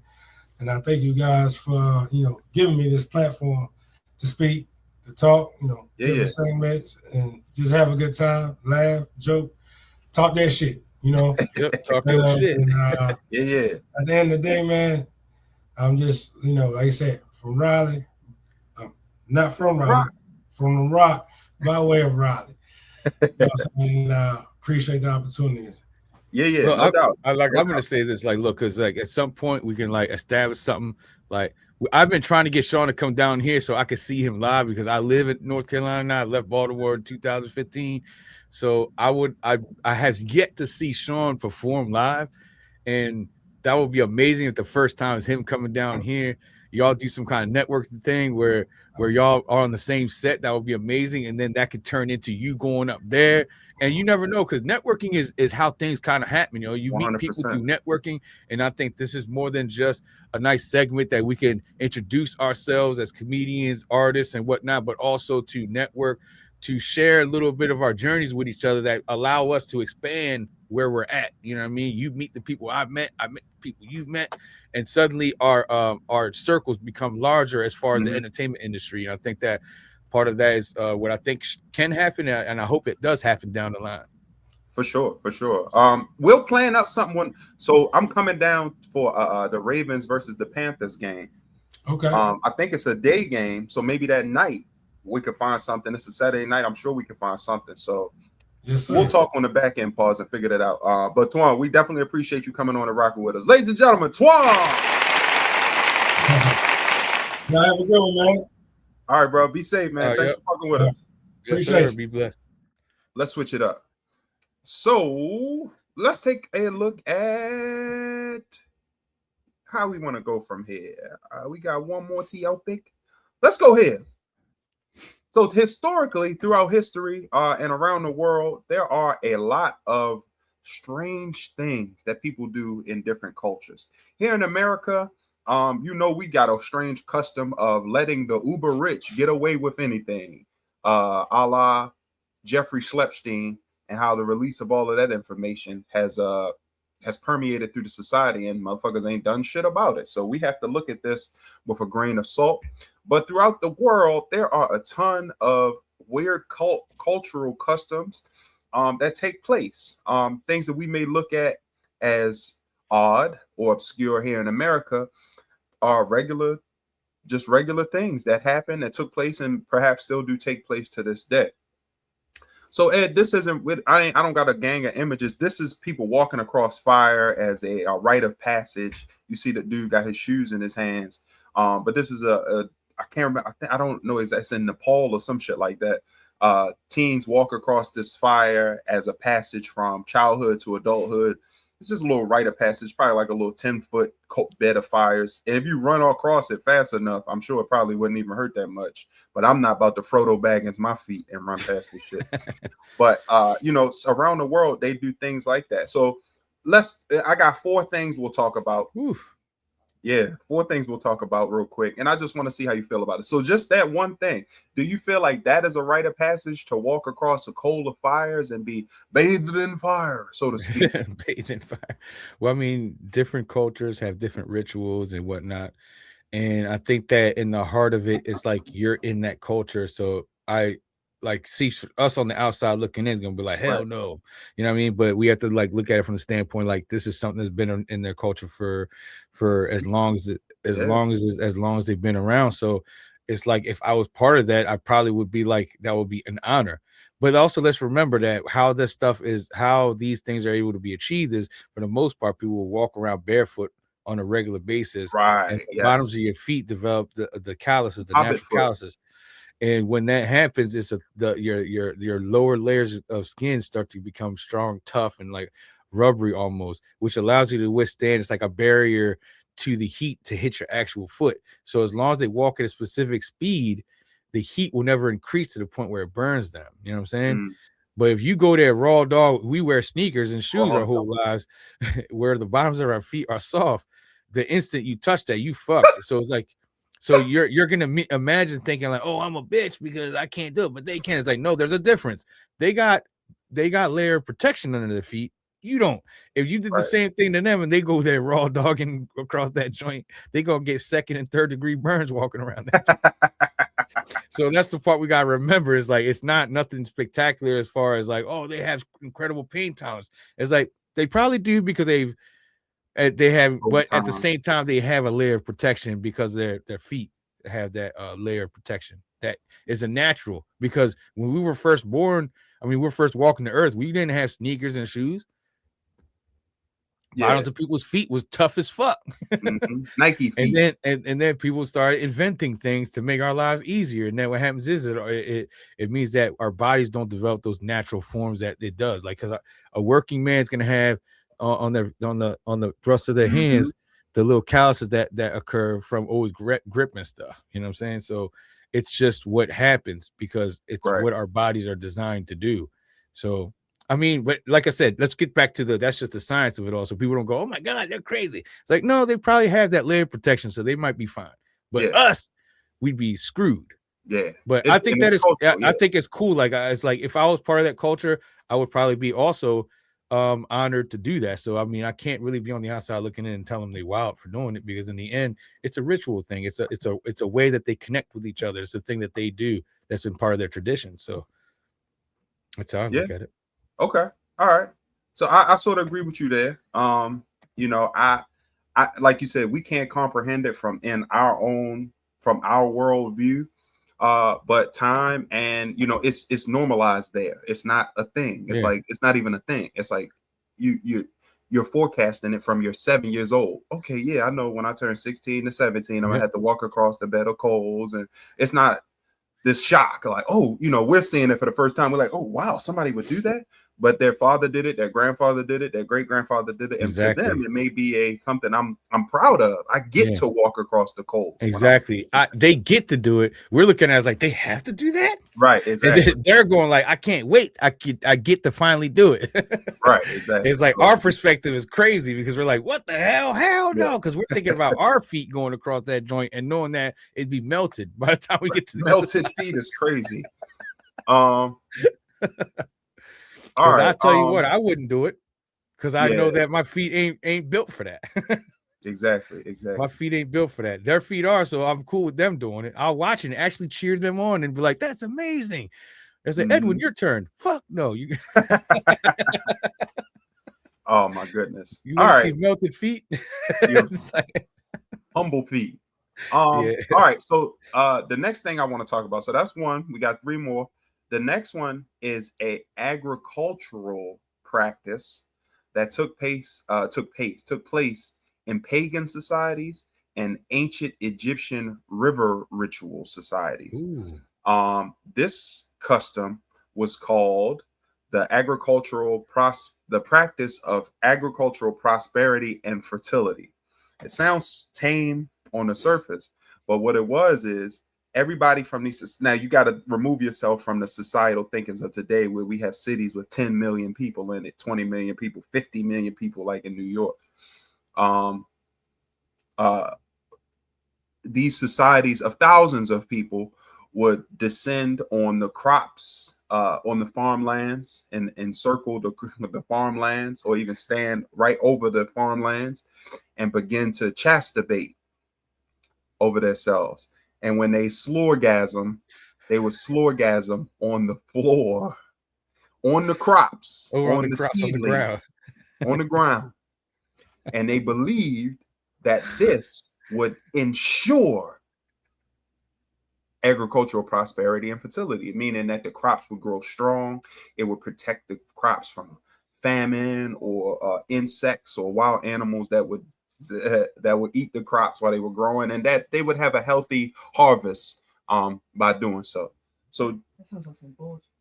My son ran in and said that sounds like some bullshit. No, what we just realized is when you go to the hardware store, hardware store, when you go to like the part of Walmart where they have all the plants and whatnot, and you're trying to find stuff for your crops, and they have that little spray bottle that says Magic Grow. We just found out how they make it, yo. They got some Panamanian children masturbating into a cup. Chastitating, I'm sorry. To all skeet. Oh, skeet. And then the plants just stand up, erect plants. So what you think about that, Ed? Can you envision that? Like every, 700 to 1500 I agree with your son. It sounds like some bullshit. It sounds like some bullshit. It's factory though. It's factory. But now, listen, this isn't recent. This is no. I believe that the belief is there. I believe that people did this, but what sounds like some bullshit is the fact that they think that was the reason why the crops was growing. Somebody lied to them. But that's the interesting thing about it is a lot of people shared these beliefs and did these rituals a whole lot, like home remedies and all this stuff. Most of the time it's placebo. Some of these home remedies are actually factual and they actually work, but it's sometimes more so of if you believe it's working, then immediately you feel this sense of hope and relaxation because you truly believe it's working. Yeah. And if their crops are growing, then they'll continue this ritual, but not realizing that they're just agricultural skills are just on that level that it's going to happen anyway. So they've been just thinking that them beating into the into the plants is really the magic ingredient. Like they beating into the plants. But I think that's the most hilarious. That's the most hilarious fact of history right now. Like there's nothing more hilarious than that. I mean, because they were still doing everything else. They was watering. Let's look at it like, how did they discover that these plants are growing because of that? These two kids was in the woods, and she's like, I don't want a baby yet. So that was history's first time a man pulled out. That was his plan B. And dropped liquid onto the plants. They came back 2 weeks later, and a rose bloomed in that spot. The rose that grew from concrete. That's concrete. So that's why, like, that's what happened. Well, we put manure, we put cow shit and stuff on the plants, and skeet ain't too. No, I think that's crazy because I was just about to bring up that point. Is that it's natural life in there that enriches the soil. So banana peels and stuff, and then the bacteria that consume these things also help fertilize the soil at the same time. So creating that compost is helpful because life creates life. That's part of the thing. Like plants grow from life. So you're enriching the plants. Holy shit, the plants are some freaks. So that's what I was about to say. You're right. The plants are some freaks. The plants are like, oh yes, drop some of that flagella into my flagella. So you think the bacteria that usually eat the bananas and the manure, it also enriches the soil. Like, it's almost feeding time. Yeah. Hey, what the? Now that I think about it, it does actually make organic sense that our droppings from the one end help the plants grow. Why wouldn't it work? Why wouldn't it work with our liquid excrement also helping them? I just don't think the ants want that on them, yo. The ants don't want it, but the plants, oh yeah, they eating that up, yo. It's a delicacy. Good. It's a delicacy. That's why. Jeremy. That's probably what happened. A rose probably grew just like you said. Rose grew. What if the plants came out with a face after that? Yo, what if somebody was able to farm semen and it's like, what if that was a secret ingredient to these fucking plants? And I'm joking around. That's actually how these sperm collection places are really doing. Maybe and then it says, make sure to wash your hands if this gets on you. Wear gloves. Maybe the process. Do not let this get on your vagina. That's crazy. How you're a mother.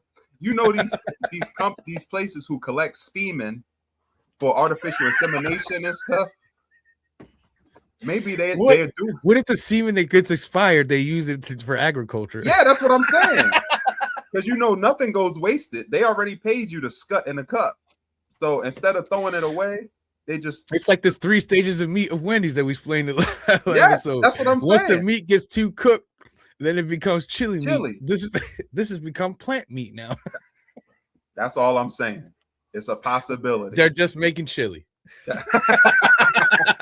That's gonna be the new nickname now. It's like, what you doing? Making chili. Making chili. This ain't a wind farm. This Wendy's. That's what they really meant when they said it's chilly outside. I nutted on the plant. Oh, it's chilly outside.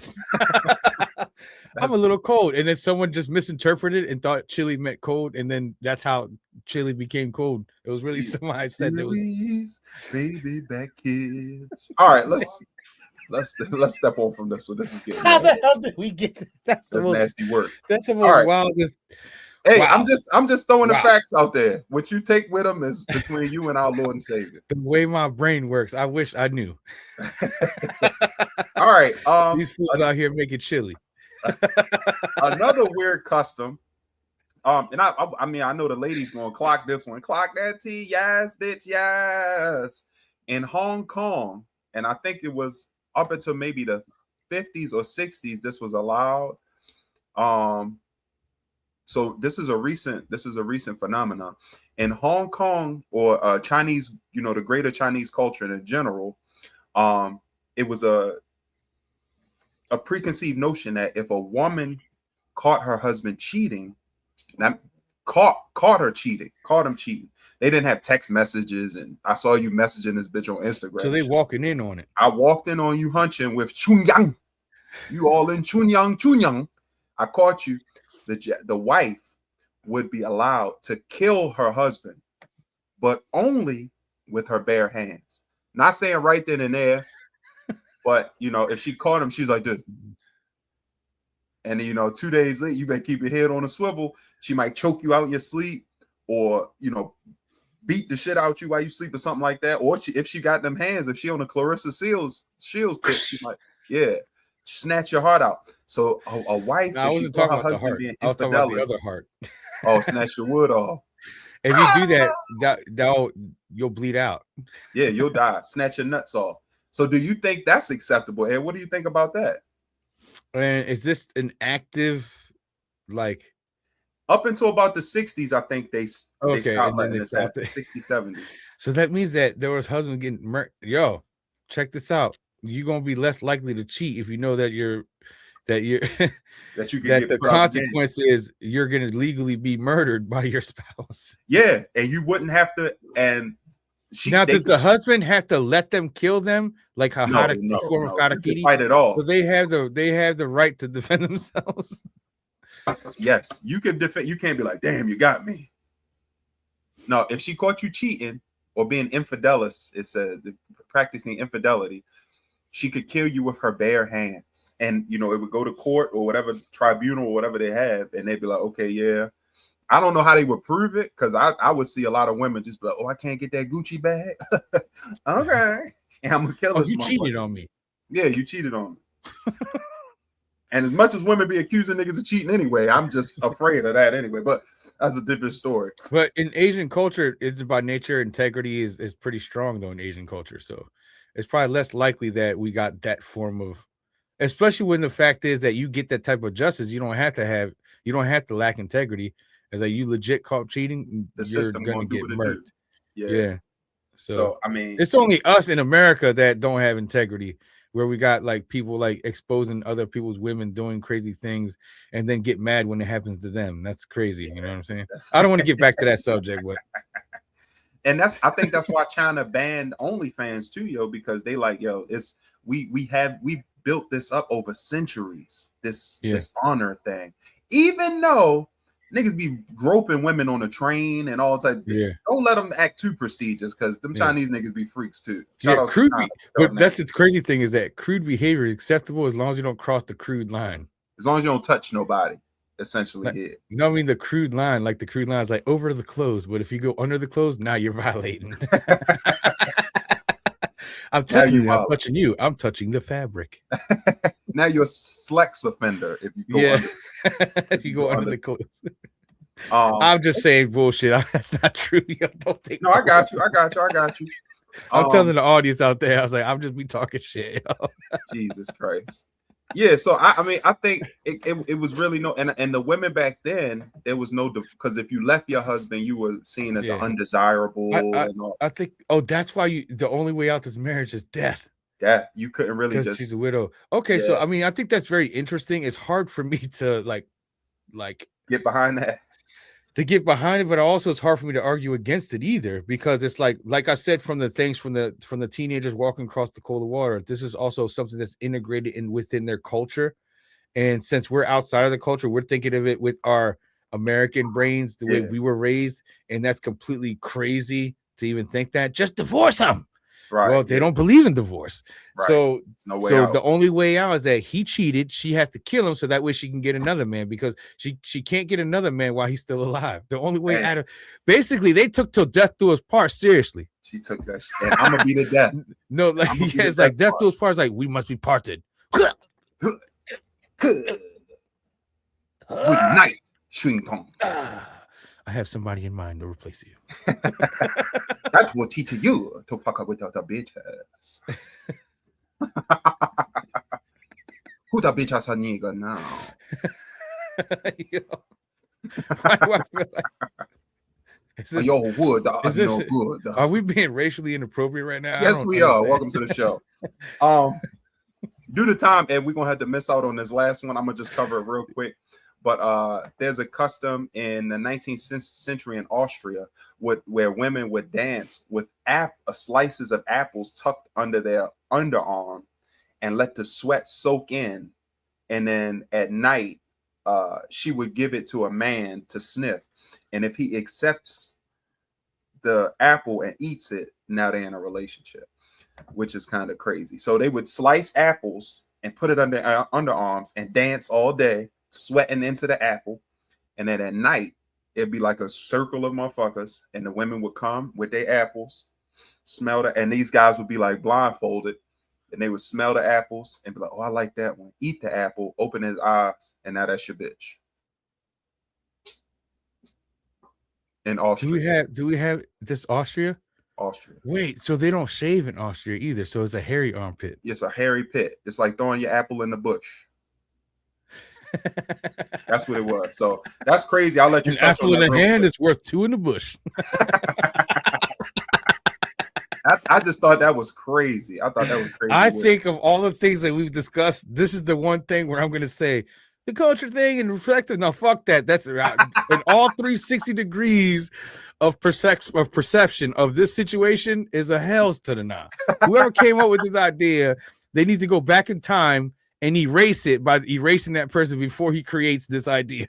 This is the 19th century too, so it's now I do understand this the formula behind that, because you're accepting that person's like pheromone. Full essence, like the essence of who they are. And the other part of it is everybody loves a little salt in their caramel, salty sweet. Sweat has salt in it. It gets into the apple, and if it's a Granny Smith apple, it might fucking taste all right. I don't know if it'll smell all right, but put a little salt. I'm gonna go when we're done. I'm gonna put a little salt on the Granny Smith apple and taste it to kind of get an idea of what's going on there. That Prince said to do that tonight, yo. You already chosen, so it's cool. I'm gonna throw a little salt on it, like salty sweet. Okay, let me see. But like I said, you know how I was saying perception. We're on the outside looking in. I think if I lived in a culture, I would say no to the nah. It's a no for me, dog. Like, yeah, no. Every single apple that went across the smell, I'd just be single because I'm like, no. But what if you open your eyes? It's a baddie. It's cheap. I don't give a fuck. No. Because unfortunately, I'm blindfolded, and then I'll be upset after I realize I got nobody.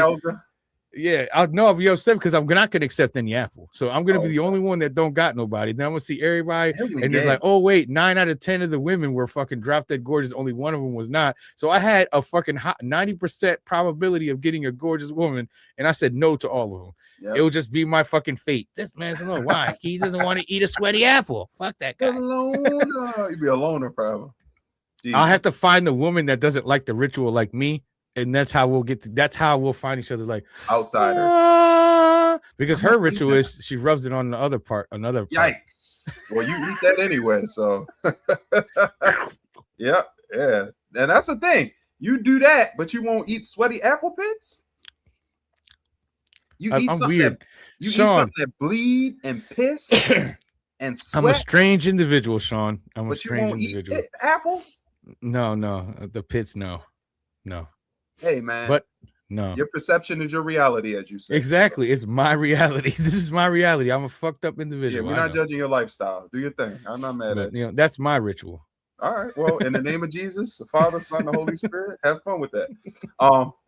Let's keep it rolling. That's why I drink from the big cup. It's almost empty now. You've been chugging. I know you got that motherfucker empty, yo. That's 16 gallons of juice in that motherfucker. No, 16 gallons of pit juice. Pit juice. Pit juice. Ooh. Shout out to Nelly. All right.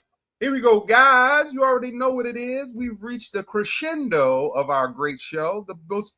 It's the most beautiful segment in the world. It's going to be huge. It's going to be fantastic. It's going to be amazing. It's going to be a generational part of the show. It's going to be the most liked part of the show. You're just going to leave it. You're not going to believe it. It's going to be beautiful. Ladies and gentlemen, put your hands together for the omnipotent, the excellent, and the immaculate Papi's Sports. Huge. It'll be amazing. It's going to be huge. And Over this past weekend in the ZenFL, we like to call, man, we've had a lot of trades, man. We've had a lot of trades. We've had a team initiate a move in stadium. But let's talk about it, man. Let's get into it real quick. There's been a lot of key players, marquee players, star players moving in the NFL. Let's go by one. So let's start with the back. PRs. Odell Beckham has made his return back to the New York Giants. Odell is back in New York. He stated that his previous reason for leaving the Giants was he just wanted better players, better personnel, better staff. Papa John's. He wanted everything a little bit better. Better ingredients, better Negroes. Papa John's. He wanted to have more. So what do you think that what do you think the impact of Odell is? You know, not even just for the performance, but for the nostalgia of the New York fans. You know, that was one of their best players. Right now, it's just amazing to be a New York sports fan because the Knicks are carrying, or they just put New York in their back. And I mean, I know that's the next segment, but I think that all part of this all connects together. It's interconnecting. That New York now is there, and Odell Beckham was he has history in New York. The New York fans love Odell Beckham, and I think him coming back is more so like there's a culmination of two things. He established a great relationship with John Harbaugh, and he's became a really good locker room presence. He's good for the younger players.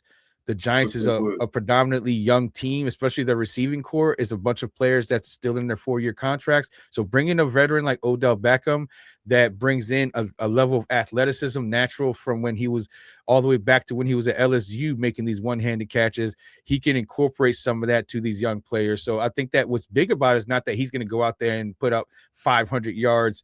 And you know, he's going to put up moderate, maybe 20 catches for 300 and some yards. He's going to be like a piece that comes in for specific play packages, but what he's going to do is impact those young players and and learn the lessons that he learned and not repeat the mistakes he's made as a young player, but also incorporate the skill set and the work ethic that he's brought in to be as good as he was.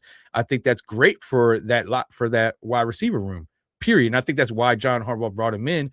He just wanted to make sure that he was healthy enough to play, but more so because of his locker room presence. And I think that's the great part about it. And because it's New York where it started, he'll be more invested. It's a full circle moment. He's got a coach that he gets along with. It's a great win-win situation for everyone because he's coming in at a low price. They got most of their receiving cores on their 4-year contracts, so they're on the rookie contracts. So he's not hurting the cap. Everything is a win-win as far as how this looks. And I like it. I like the idea of him having a full circle, starts his journey in New York, ends it in New York, and follows a coach that he made a great relationship with back in Baltimore. And I think that's great. And he also knows he was in Baltimore. Isaiah Likely is there, Patrick Ricard is there. So he's reunited with some of the players he played while he was in Baltimore. So it's going to feel like home for him because it already is home, New York, plus home because players he's been with, coach he's been with. Yeah, no doubt. So, I think the reason he said he came back, he wanted to play, of course, but he wanted to be he wanted to show his son that never quit. You can always, that's what he said, never quit. You can always, if the will is there, you can work your way and will your way. Look at that. And that comes to the locker room. Look at that mindset he's bringing to that locker room. Yeah. So he's doing it for his son. And in a way, all of those teammates will be little brothers because he's the vet. They're the younger players. Look at that. So he's already coming in with a great mindset. Him saying that, I think that increases what I'm saying about why it's a great fit, because he's not there to be astronomical. He's there to leave a stamp, and he's going to leave it in locker room presence and mentorship and helping the receivers grow and also enjoying playing the game that he loves in an environment that he started, and he loves New York. So I think there's a win all the way around. And look, the Knicks are playing well. So the whole storyline of this, it just fits. No doubt. Okay. Another big move that's happening this offseason was just disclosed yesterday. At least that's when I found out about it. And the move is probably not going to take place until after the 2032 or 2033 season, because that's where they have a lease at Soldier Field throughout until then. So probably like another 5 or 6 years. But the Chicago Bears will be moving to Indiana. They'll still be called the Chicago Bears, I believe, or maybe they will change it at this point, at some point. But the Bears are slated to move out of Chicago just over the state line into Illinois, Hammond, Illinois, and to build a $1 billion, multi-billion-dollar stadium and move from the storied Soldier Field. How do you think that's going to impact the city of Chicago with them moving outside of the city, proper, over into Indiana? Okay. Oh wow. So it's like they're crossing the state. I think it's going to seem weird at first because Soldier Field's got such history. Right. But let's go back to the Baltimore Orioles when they played at Camden Yards. They were in Memorial Stadium before the Ravens took it over. But when they moved from there to Camden Yards, it was a whole big deal. And I think you're going to get the same kind of thing. Fans are going to be upset to some degree, but in the end, it's going to be the same thing as the Washington Commanders. Their DC team that their stadium is in Maryland. Same like the Giants and the Jets is a New York team, but their stadiums are in New Jersey. I think that because it's not super far away from it, it still keeps their fan base relatively. They're just going to drive a little further to go there. It's going to come down to those facilities being nice, and as long as the team understands what makes Chicago Bears the staple of Chicago, then just them moving to a better facility shouldn't like destroy the fan. It shouldn't divide the fan base too much. It's just that people are going to miss the fact that they're used to that tradition that they're losing of going to Soldier Field, right? And that thing, not too far away. That means that stadium needs to be. They have to make it so so that people accept the reason why it happened. Right. But if that stadium does not improve on what, it doesn't give a wow factor, then they're gonna miss the mark. So that means that if you're gonna put the fan base through a little adjustment like that, then it better be worth it. It better be worth it. So that's really what they have to. That's really where they're gonna have the challenge. We have to make this stadium so great that the fan base is gonna thank us for it. So not you mean like for it? You mean like cheaper parking, possibly less congestion on the highway, maybe a more favorable concessions, better views throughout the stadium. All that stuff has to be a factor. The whole fan experience has to be on a level that gives the fans a reason to be okay with that change. That's all they have to do, and it'll be okay. But it's not like they're losing the team, because the fan base losing the team would have been different. That would have been astronomically bad, and I think the NFL would have vetoed that shit, because Chicago Bears is a staple of the NFL, man. The Bears. You know what I'm saying? So it's like you cannot play with that. So I think that the only thing that they have to be concerned with is making that decision worth the fan base's while. That's how I look at it. Okay, no doubt. I think it'll be a big move. And a lot of what they're saying is for tax breaks and tax incentives. So they're getting breaks, which means that they can allocate that breaks into something that make the stadium better. Right, exactly. And I think that's the whole reason behind it. So getting ready, Papi. All right. The next move we want to talk about is the Philadelphia Eagles have jettisoned AJ Brown for a first-round pick, some other little rinky-dink things, to the New England Patriots. In the Super Bowl, I think this past Super Bowl, a big reason that they lost to the Seahawks is because they didn't have any weapons. They couldn't get. Now the Seahawks defense was nasty, so they couldn't. I'm going to disagree. It wasn't about lack of weapons, because their offense was humming. The problem is they came across. The Patriots' offense was humming. They had a nice, solid, balanced offense, but the problem is they didn't have no guy that made you scared, right? I don't think AJ Brown's the guy that gets you scared no more. But so that's not the reason why this is a great move for the Patriots, though, because I think that it's just they came across a defense that was like that. You know what I'm saying? But I still think this is a great move for both the Patriots and the Eagles. Eagles fans, you're going to be mad because you lost AJ Brown, but let's just recall why this is a great move for the Eagles first and foremost. AJ Brown created a disconnect in that locker room.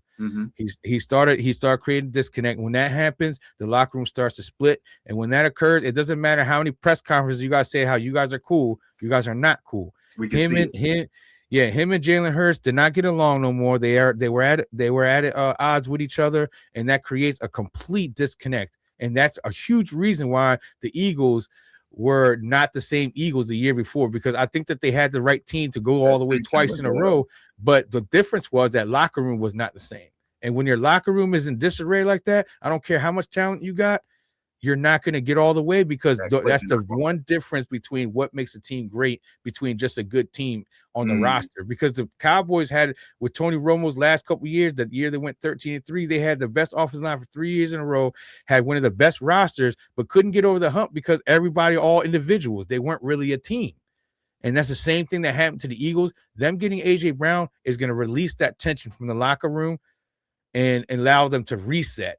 The Patriots needed a guy, just like you said. Now, A.J. Brown now becomes number one over there, which is the thing he complained about. He's a staple. But I also think that his talent level plateaued. But that doesn't mean that he's not a huge piece for the Patriots because they didn't have that guy. I'm just saying, we don't want to think that they just got Justin Jefferson. They had booty. They didn't just get Justin Jefferson or any receiver that caliber, but A.J. Brown is way better than the receivers they got on their roster. This is going to drastically improve because he's going to pull double teams. He's going to pull things, and their offense, because they had a lot of versatility. I think A.J. Brown is a top 5 receiver. I disagree. I say he's a top 10 though, not top 5. But A.J. Brown could have been a top 5 receiver, but I think that there's inconsistencies in his game that creates it hard for me when to you say. beeping with your quarterback, I mean, he's not going to throw that pill to you all the time. Character to me is part of your skill. If your character has flaws, then I'm not going to put you in top 5, because if he was a great character, then the Eagles would have went to the Super Bowl 2 years in a row. But they didn't because his character is flawed. His character issues were because he wasn't getting the ball. That's a character flaw. That means that you're showing signs of selfishness, lack of team. But why are you paying him if you're not going to throw him the ball? What does it matter? You're getting paid, dude. See, for a receiver, why do you think that you have to have this? And the thing is, when a receiver believes that he should be the one, that usually means that he's thinking more of himself than the team. Because when contract negotiation time come around, they're going to use that against you. Your production, your numbers weren't what they thought you were, AJ. We're not going to pay you that much. He's thinking about sustainability. I know I can ball. Throw me the ball. Oh yeah. So in the playoffs, when he had those 2 key drops on 3rd down, that's him knowing he can ball. Yeah. No, that means he had 2 drops. He's running his mouth and then drops the ball. To me, that just makes it look worse. Dropped the ball, Evan? It's not the point. It's not the point. The point is, if you want to be the guy, you say you're the man in a key moment where it's 3rd down and the drive requires you to catch that ball and you drop it, then you can't talk. Every receiver has dropped that ball in that situation. That's not the point. That's not the point. What's the point? The point is, if you're running your mouth about being the greatest and doing this and doing Jerry that, Rice and in the most important, did Jerry Rice drop the ball in the most important clutch moments? He dropped the ball in the playoffs. You know why? Because no. And I say clutch moments. You can drop the ball. I'm talking about clutch moments. You know what? Those clutch moments where in the playoffs is a clutch moment. That's not true. There's a moment in a game when a drive matters to ensure victory.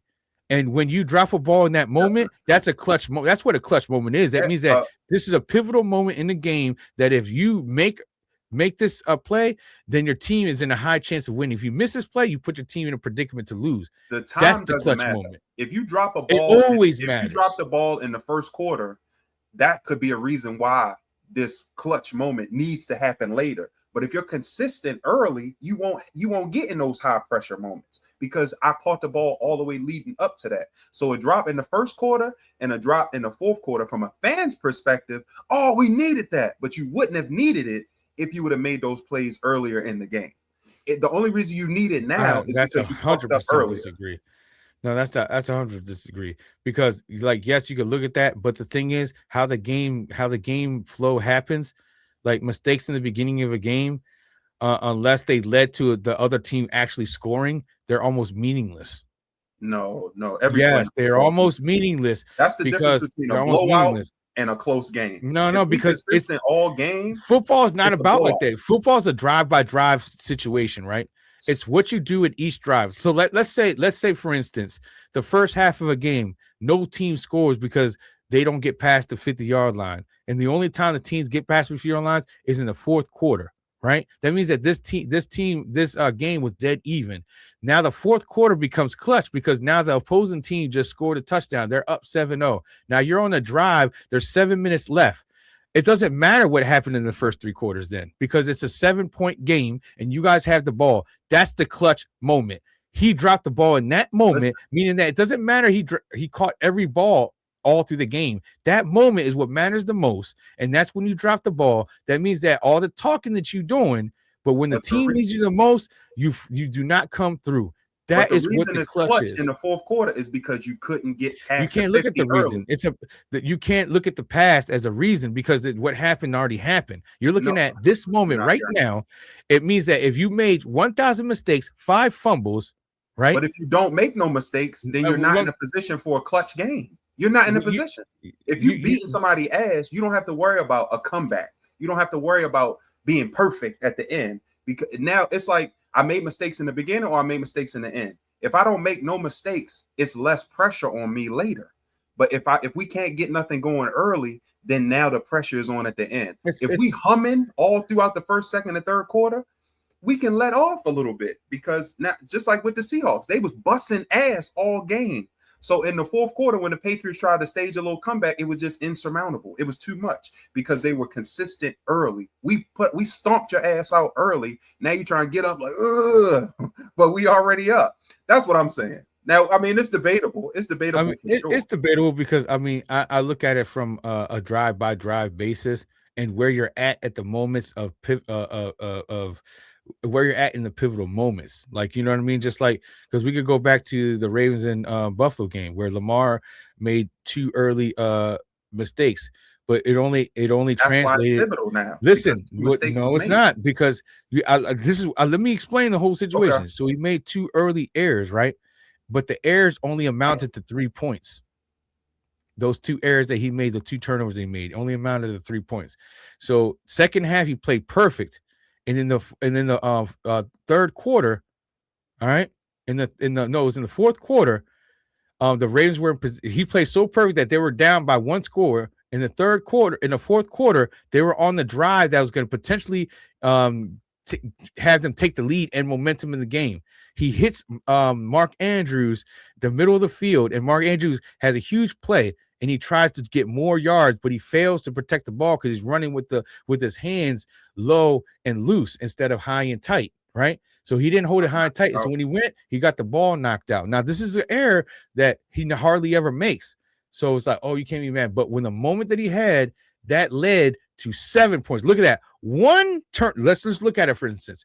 1 turnover, 7 points, and put the Buffalo Bills in a 2-score situation in the fourth quarter that put the Ravens in a larger hole than where they were in the first quarter of Lamar's 2 turnovers. Now, the happening is what makes it pivotal is that Lamar made up for his mistakes by flipping the loss of 3 points into a 14-point swing. So that means that he already overcame that. That's already the past. You can't. Now, what if Lamar scored on those drives instead of what I'm saying is we can't look at that because what's done is done. That's the reason why you're justifying what you're saying, because I'm not looking at what's done is done. I'm looking at it from the beginning of the game. You're creating an argument on a what if. We could only create the argument on what is. What is he made 2 errors, but it only amounted to 3 points. That means that the defense bailed them out on those 2 turnovers. But you didn't know what was going to happen later. I'm talking correct. Just like you didn't know, just like you don't know what would have happened if he didn't have those turnovers. They could have punted the ball. That's what I'm saying. Then it wouldn't have been a clutch moment. There's no argument there. There's no argument for you to be had there, because whether he turned it over or punted the ball, if let's say we punted the ball twice and they got 3 points, that means that there was no fault there. 3 points is still 3 points. Ed. What I'm saying exactly. Is, so that means that half good early, you won't have to be in a clutch situation later. That's not true, Sean. I'm trying to show you why that's not true. If you get the ball 6 times and score 6 times, and the other team doesn't score, you're not going to be in a better position. You're prefacing it by saying that those 2 turnovers means that they would have had 6 scores. You can't do that. That's completely. No. If you play good early, you won't be in a bad position later. Yeah, even if you play good, you have to remember that doesn't amount to points. The real issue is, how does each drive end? That those 2 drives ended in the Bills getting 3 points. So that's all that happened there. We can't. I'm not talking about game specifics. Wipe the Ravens out of it. I'm just using it as an example. This can happen in any game. In life, if you save your money up early, when you grow up through your 20s, through your teens, through your 30s, you save your money. When you get older, you're not going to be in survival mode. Because you're not factoring in that in a sport you constantly have someone that could take your money. Like I'm talking about in life. Everybody can take your money. No, I'm just saying, like, because you're saving your money in a bank is different, but you have to remember, it means that you're always, if you were to relate life in that way with football, that means you're running. No, you're running with the money in your hands. You don't run with money in your hands in life. Shit. No, you don't. Everywhere you turn, they're just not comparable. It's that analogy is not comparable, because if you save your money, then you're gonna hold on to it. But in a sport, it's a contextual difference, because you're playing in a game where the your opposition has an equal amount of opportunity to take from you as you have to gain from. Where in life, if you move right and make right decisions, you can secure things. There's no is trying to take your money through life. Taxes, but you still have to make. But that's still decision based. You have opportunity to save that. That's not the same thing. It's like, what I'm saying is, what if you lost have an opportunity in football to score? No, that's not what I'm saying. What I'm saying is that they're just not the same comparison, because well, I'll put it like this. It's the same thing. Let's say in the first half of your life, you made a lot of bad decisions, but the second half of life, you made adjustments. And when it mattered most, all your choices led to a big profit. Then guess what? You can't sit there and go, man, I could have had a bigger profit if I'd have saved back then. Because what you don't realize is those mistakes made you the person that make the right decisions later. Do you not understand that in a football game, if you make mistakes early and then you have the gall to improve and improve to the point where you do better, then that means that the motivation you obtained from that is part of the character that you became later in the game. That's how Lamar had almost a perfect passer rating in the second half, and all the mistakes that were made by other players in the second half, but still somehow he's the one that gets blamed when his mistakes only cost 3 points, and the mistakes that was made in that other game was 9 points. The initial we're talking about 3 points versus 9 points and losing by less than 3 points. You making a game specific. The initial argument here is, if you play well early, you lessen the chance of you having to have a scrappy clutch situation at the end. Not always. That's not true. That's not, you just can't, because you still don't know how the game's going to turn out. The other team plays you. You never know how the game's going to turn out. You could be mistake free and still get blown out. That's not really the point. The point is you have to start strong. That's why they say in the game you got to start strong and finish strong. I'm talking about if you execute your game plan, which is to score, and you still can lose. You get 3. Yeah, you can, but you lessen there's no absolutes. But if you play 100% to your game plan, you execute your game plan. Otherwise they wouldn't do all that stuff. Otherwise they wouldn't do game planning. They would just go out there and see what happens. You game plan to give yourself an advantage at the beginning to lessen the chance of happening. All right, guys, we got to come together. We fought all season for this. But that's what the playoff football is. That's what makes it way more. That's what makes it way more challenging. Is that everyone's bringing their A game, and mistakes are sometimes forced errors versus just errors. Exactly. But if you look at Mark Andrews' fumble, it wasn't a forced error more so than a lapse in lapse in judgment, more so like a lapse in consistency and fundamentals. Yeah. Exactly. It was a lapse in fundamentals that allowed his arm to pull up. And when he did that, he got the ball punched out. Now, the fan base went crazy and went in his head. I didn't, because I understand it was a mistake. But unfortunately, that mistake cost us a 7-point swing that turns into 7 points the other way. So that's a 14-point change up in what it is, because we lost 7, they gained 7. Okay. You know what I'm saying? So all right. I look at each individual mistake for what it is, and I take out the what ifs. You can't put what ifs or it's not going to come out right. That mistake cost the Ravens 7 points, and it turned to the 7 points the other way. Then the second mistake cost them the tie that made them lose under 4 points. That means that this game was well in the grasp of the Ravens to win, but those 2 mistakes halted that. In the early part of the game, momentum could have been established, but it was halted because Lamar had those 2 mistakes. Now, the reason why those mistakes over time diminished is because the Ravens defense played that well that it kind of erased the impact. So the longer the game went on, the impact of those errors went down because Lamar Jackson's plays went up. Like, he became almost perfect in the second half. At the end of the day, we were talking about the same thing with AJ Brown, is that he made all the perfect plays in the first half, but he had 2 drops in the second half that were on pivotal moments that cost them possible points. That's how they lost. That's how I'm going to look at it. It doesn't matter he played perfect in the first half because when he was needed the most, he dropped the ball. So how come you gave Mark Andrews grace, but not? I didn't give him grace. I just said that it was his fault that we lost the game. That I don't mean that AJ Brown sucks. It just means that the difference is Mark Andrews don't go around talking about fuck you, I'm the best, and I need to get paid like the best. There's a difference. Brown don't say that. AJ Brown don't say that. He don't say that in that way, but he basically created that tension because he was mad that he's not getting the looks. But the offense is not built for one player to get all the looks. The offense is built around running the ball, right, and getting third and shorts. Getting third and shorts, and then either brotherly shoving it or hitting him over the top. That's the parts where AJ Brown gets the looks, right? But you also have another dude on the other side that gets looks. So he has to be able to share the wealth for the team to grow. But he wanted to be all about him, and that's what created. He didn't want it to be all about him. That's a media story, yo. No, it's not a media story because the arguments on the field, the locker room, that's a media story. That's a media. It's not a media story because it's not. The media story is they're just trying to look at the why, and they're creating the why. But the problem is him and Jalen Hurts were at odds. That's what we do know. That's what it is. It's not about him wanting to be a star. It's he disagreement with his quarterback. But anyway, we'll see. We'll see with the Patriots. If it's about what you say, then that means that because he's going to get the same. The Patriots are not going to. That's not the type of team the Patriots is right now. They're a very share-oriented team right now. He's just going to be the guy that, So he's not going to get star treatment. And we'll see. If there's locker room disarray, that means I was right. We'll see. I don't think it will be. All right, let's go to the next. I think they will be. I think they will be. He's a diva. He's a diva.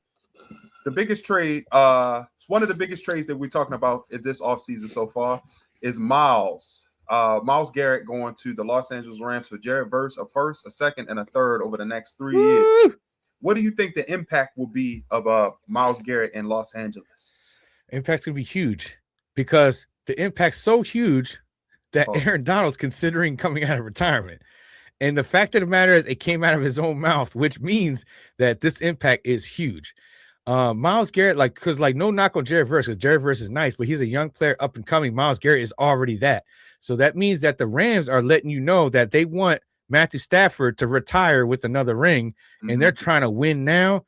Right. And they've just showed that because they love Jared Verse. The crazy thing is that they offered the picks without Jared Verse. Mm-hmm. And the Browns said the only way we're going to do it is if we get a premier player as well. Right. That's how the deal went through, that they had to like talk about it and go, shit. So they probably had to talk about it and found out, and they finally decided because they're like, we got to win Jared now. Verse, by the way, man, I thought he was going to be a beast, but I think he still is going to be a beast. But unfortunately, he's gonna get the Myles Garrett treatment. He's going to go over there and shine and be on a shitty team. And that's unfortunate. But I think Myles Garrett deserves this opportunity. This dude has been the top of the top NFL defensive player his whole career.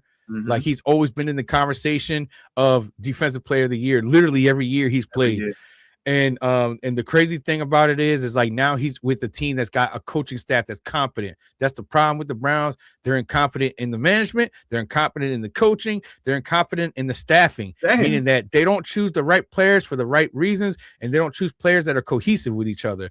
And all of that comes down to the front office of the Browns just as terrible. Yep. And it trickles down to everything else. Their whole format of how they pick coaches is ridiculous. This is like one of the worst teams in NFL, and they're making NFL coaches write 3-page essays during the interview process. So they just backwards. They fucked up. They crazy with it. It was so crazy that top candidates went in there and said, and they just bailed.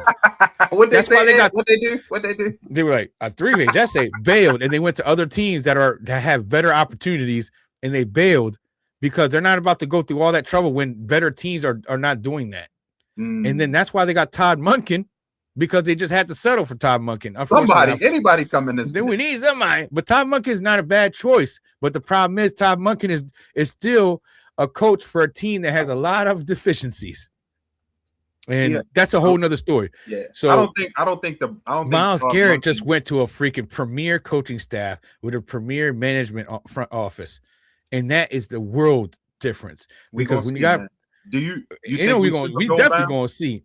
Huh? They were Super Bowl bound without Myles Garrett. That's the crazy part. They're a Super Bowl contending team. We had to look at them since 2 years. Since the year that they won a Super Bowl, they only fought a little bit because the year after they had a lot of injuries and shit that fucked them up. But then they rebounded and they became a contender again. And look, they every single season was a few plays away from making it to the next round. So it's not like they were getting blown out in the playoffs. So this team literally, when you're that close to being great, and you put in a player like Myles Garrett, who's a defensive player of the year, multiple defensive player of the year, and also a candidate every year, that alters your whole defensive trajectory. Because now what that coaching staff can be able to do is create plays and mismatches around the fact that Myles Garrett is going to require attention.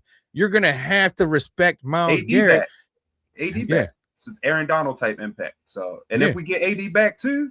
And the crazy thing is, they only need Aaron Donald to be at 40% for this to be dangerous. Because he's going to get double teamed. And the crazy thing is that if you follow him on social media, you see that he's always stayed in shape. Always working out, yo.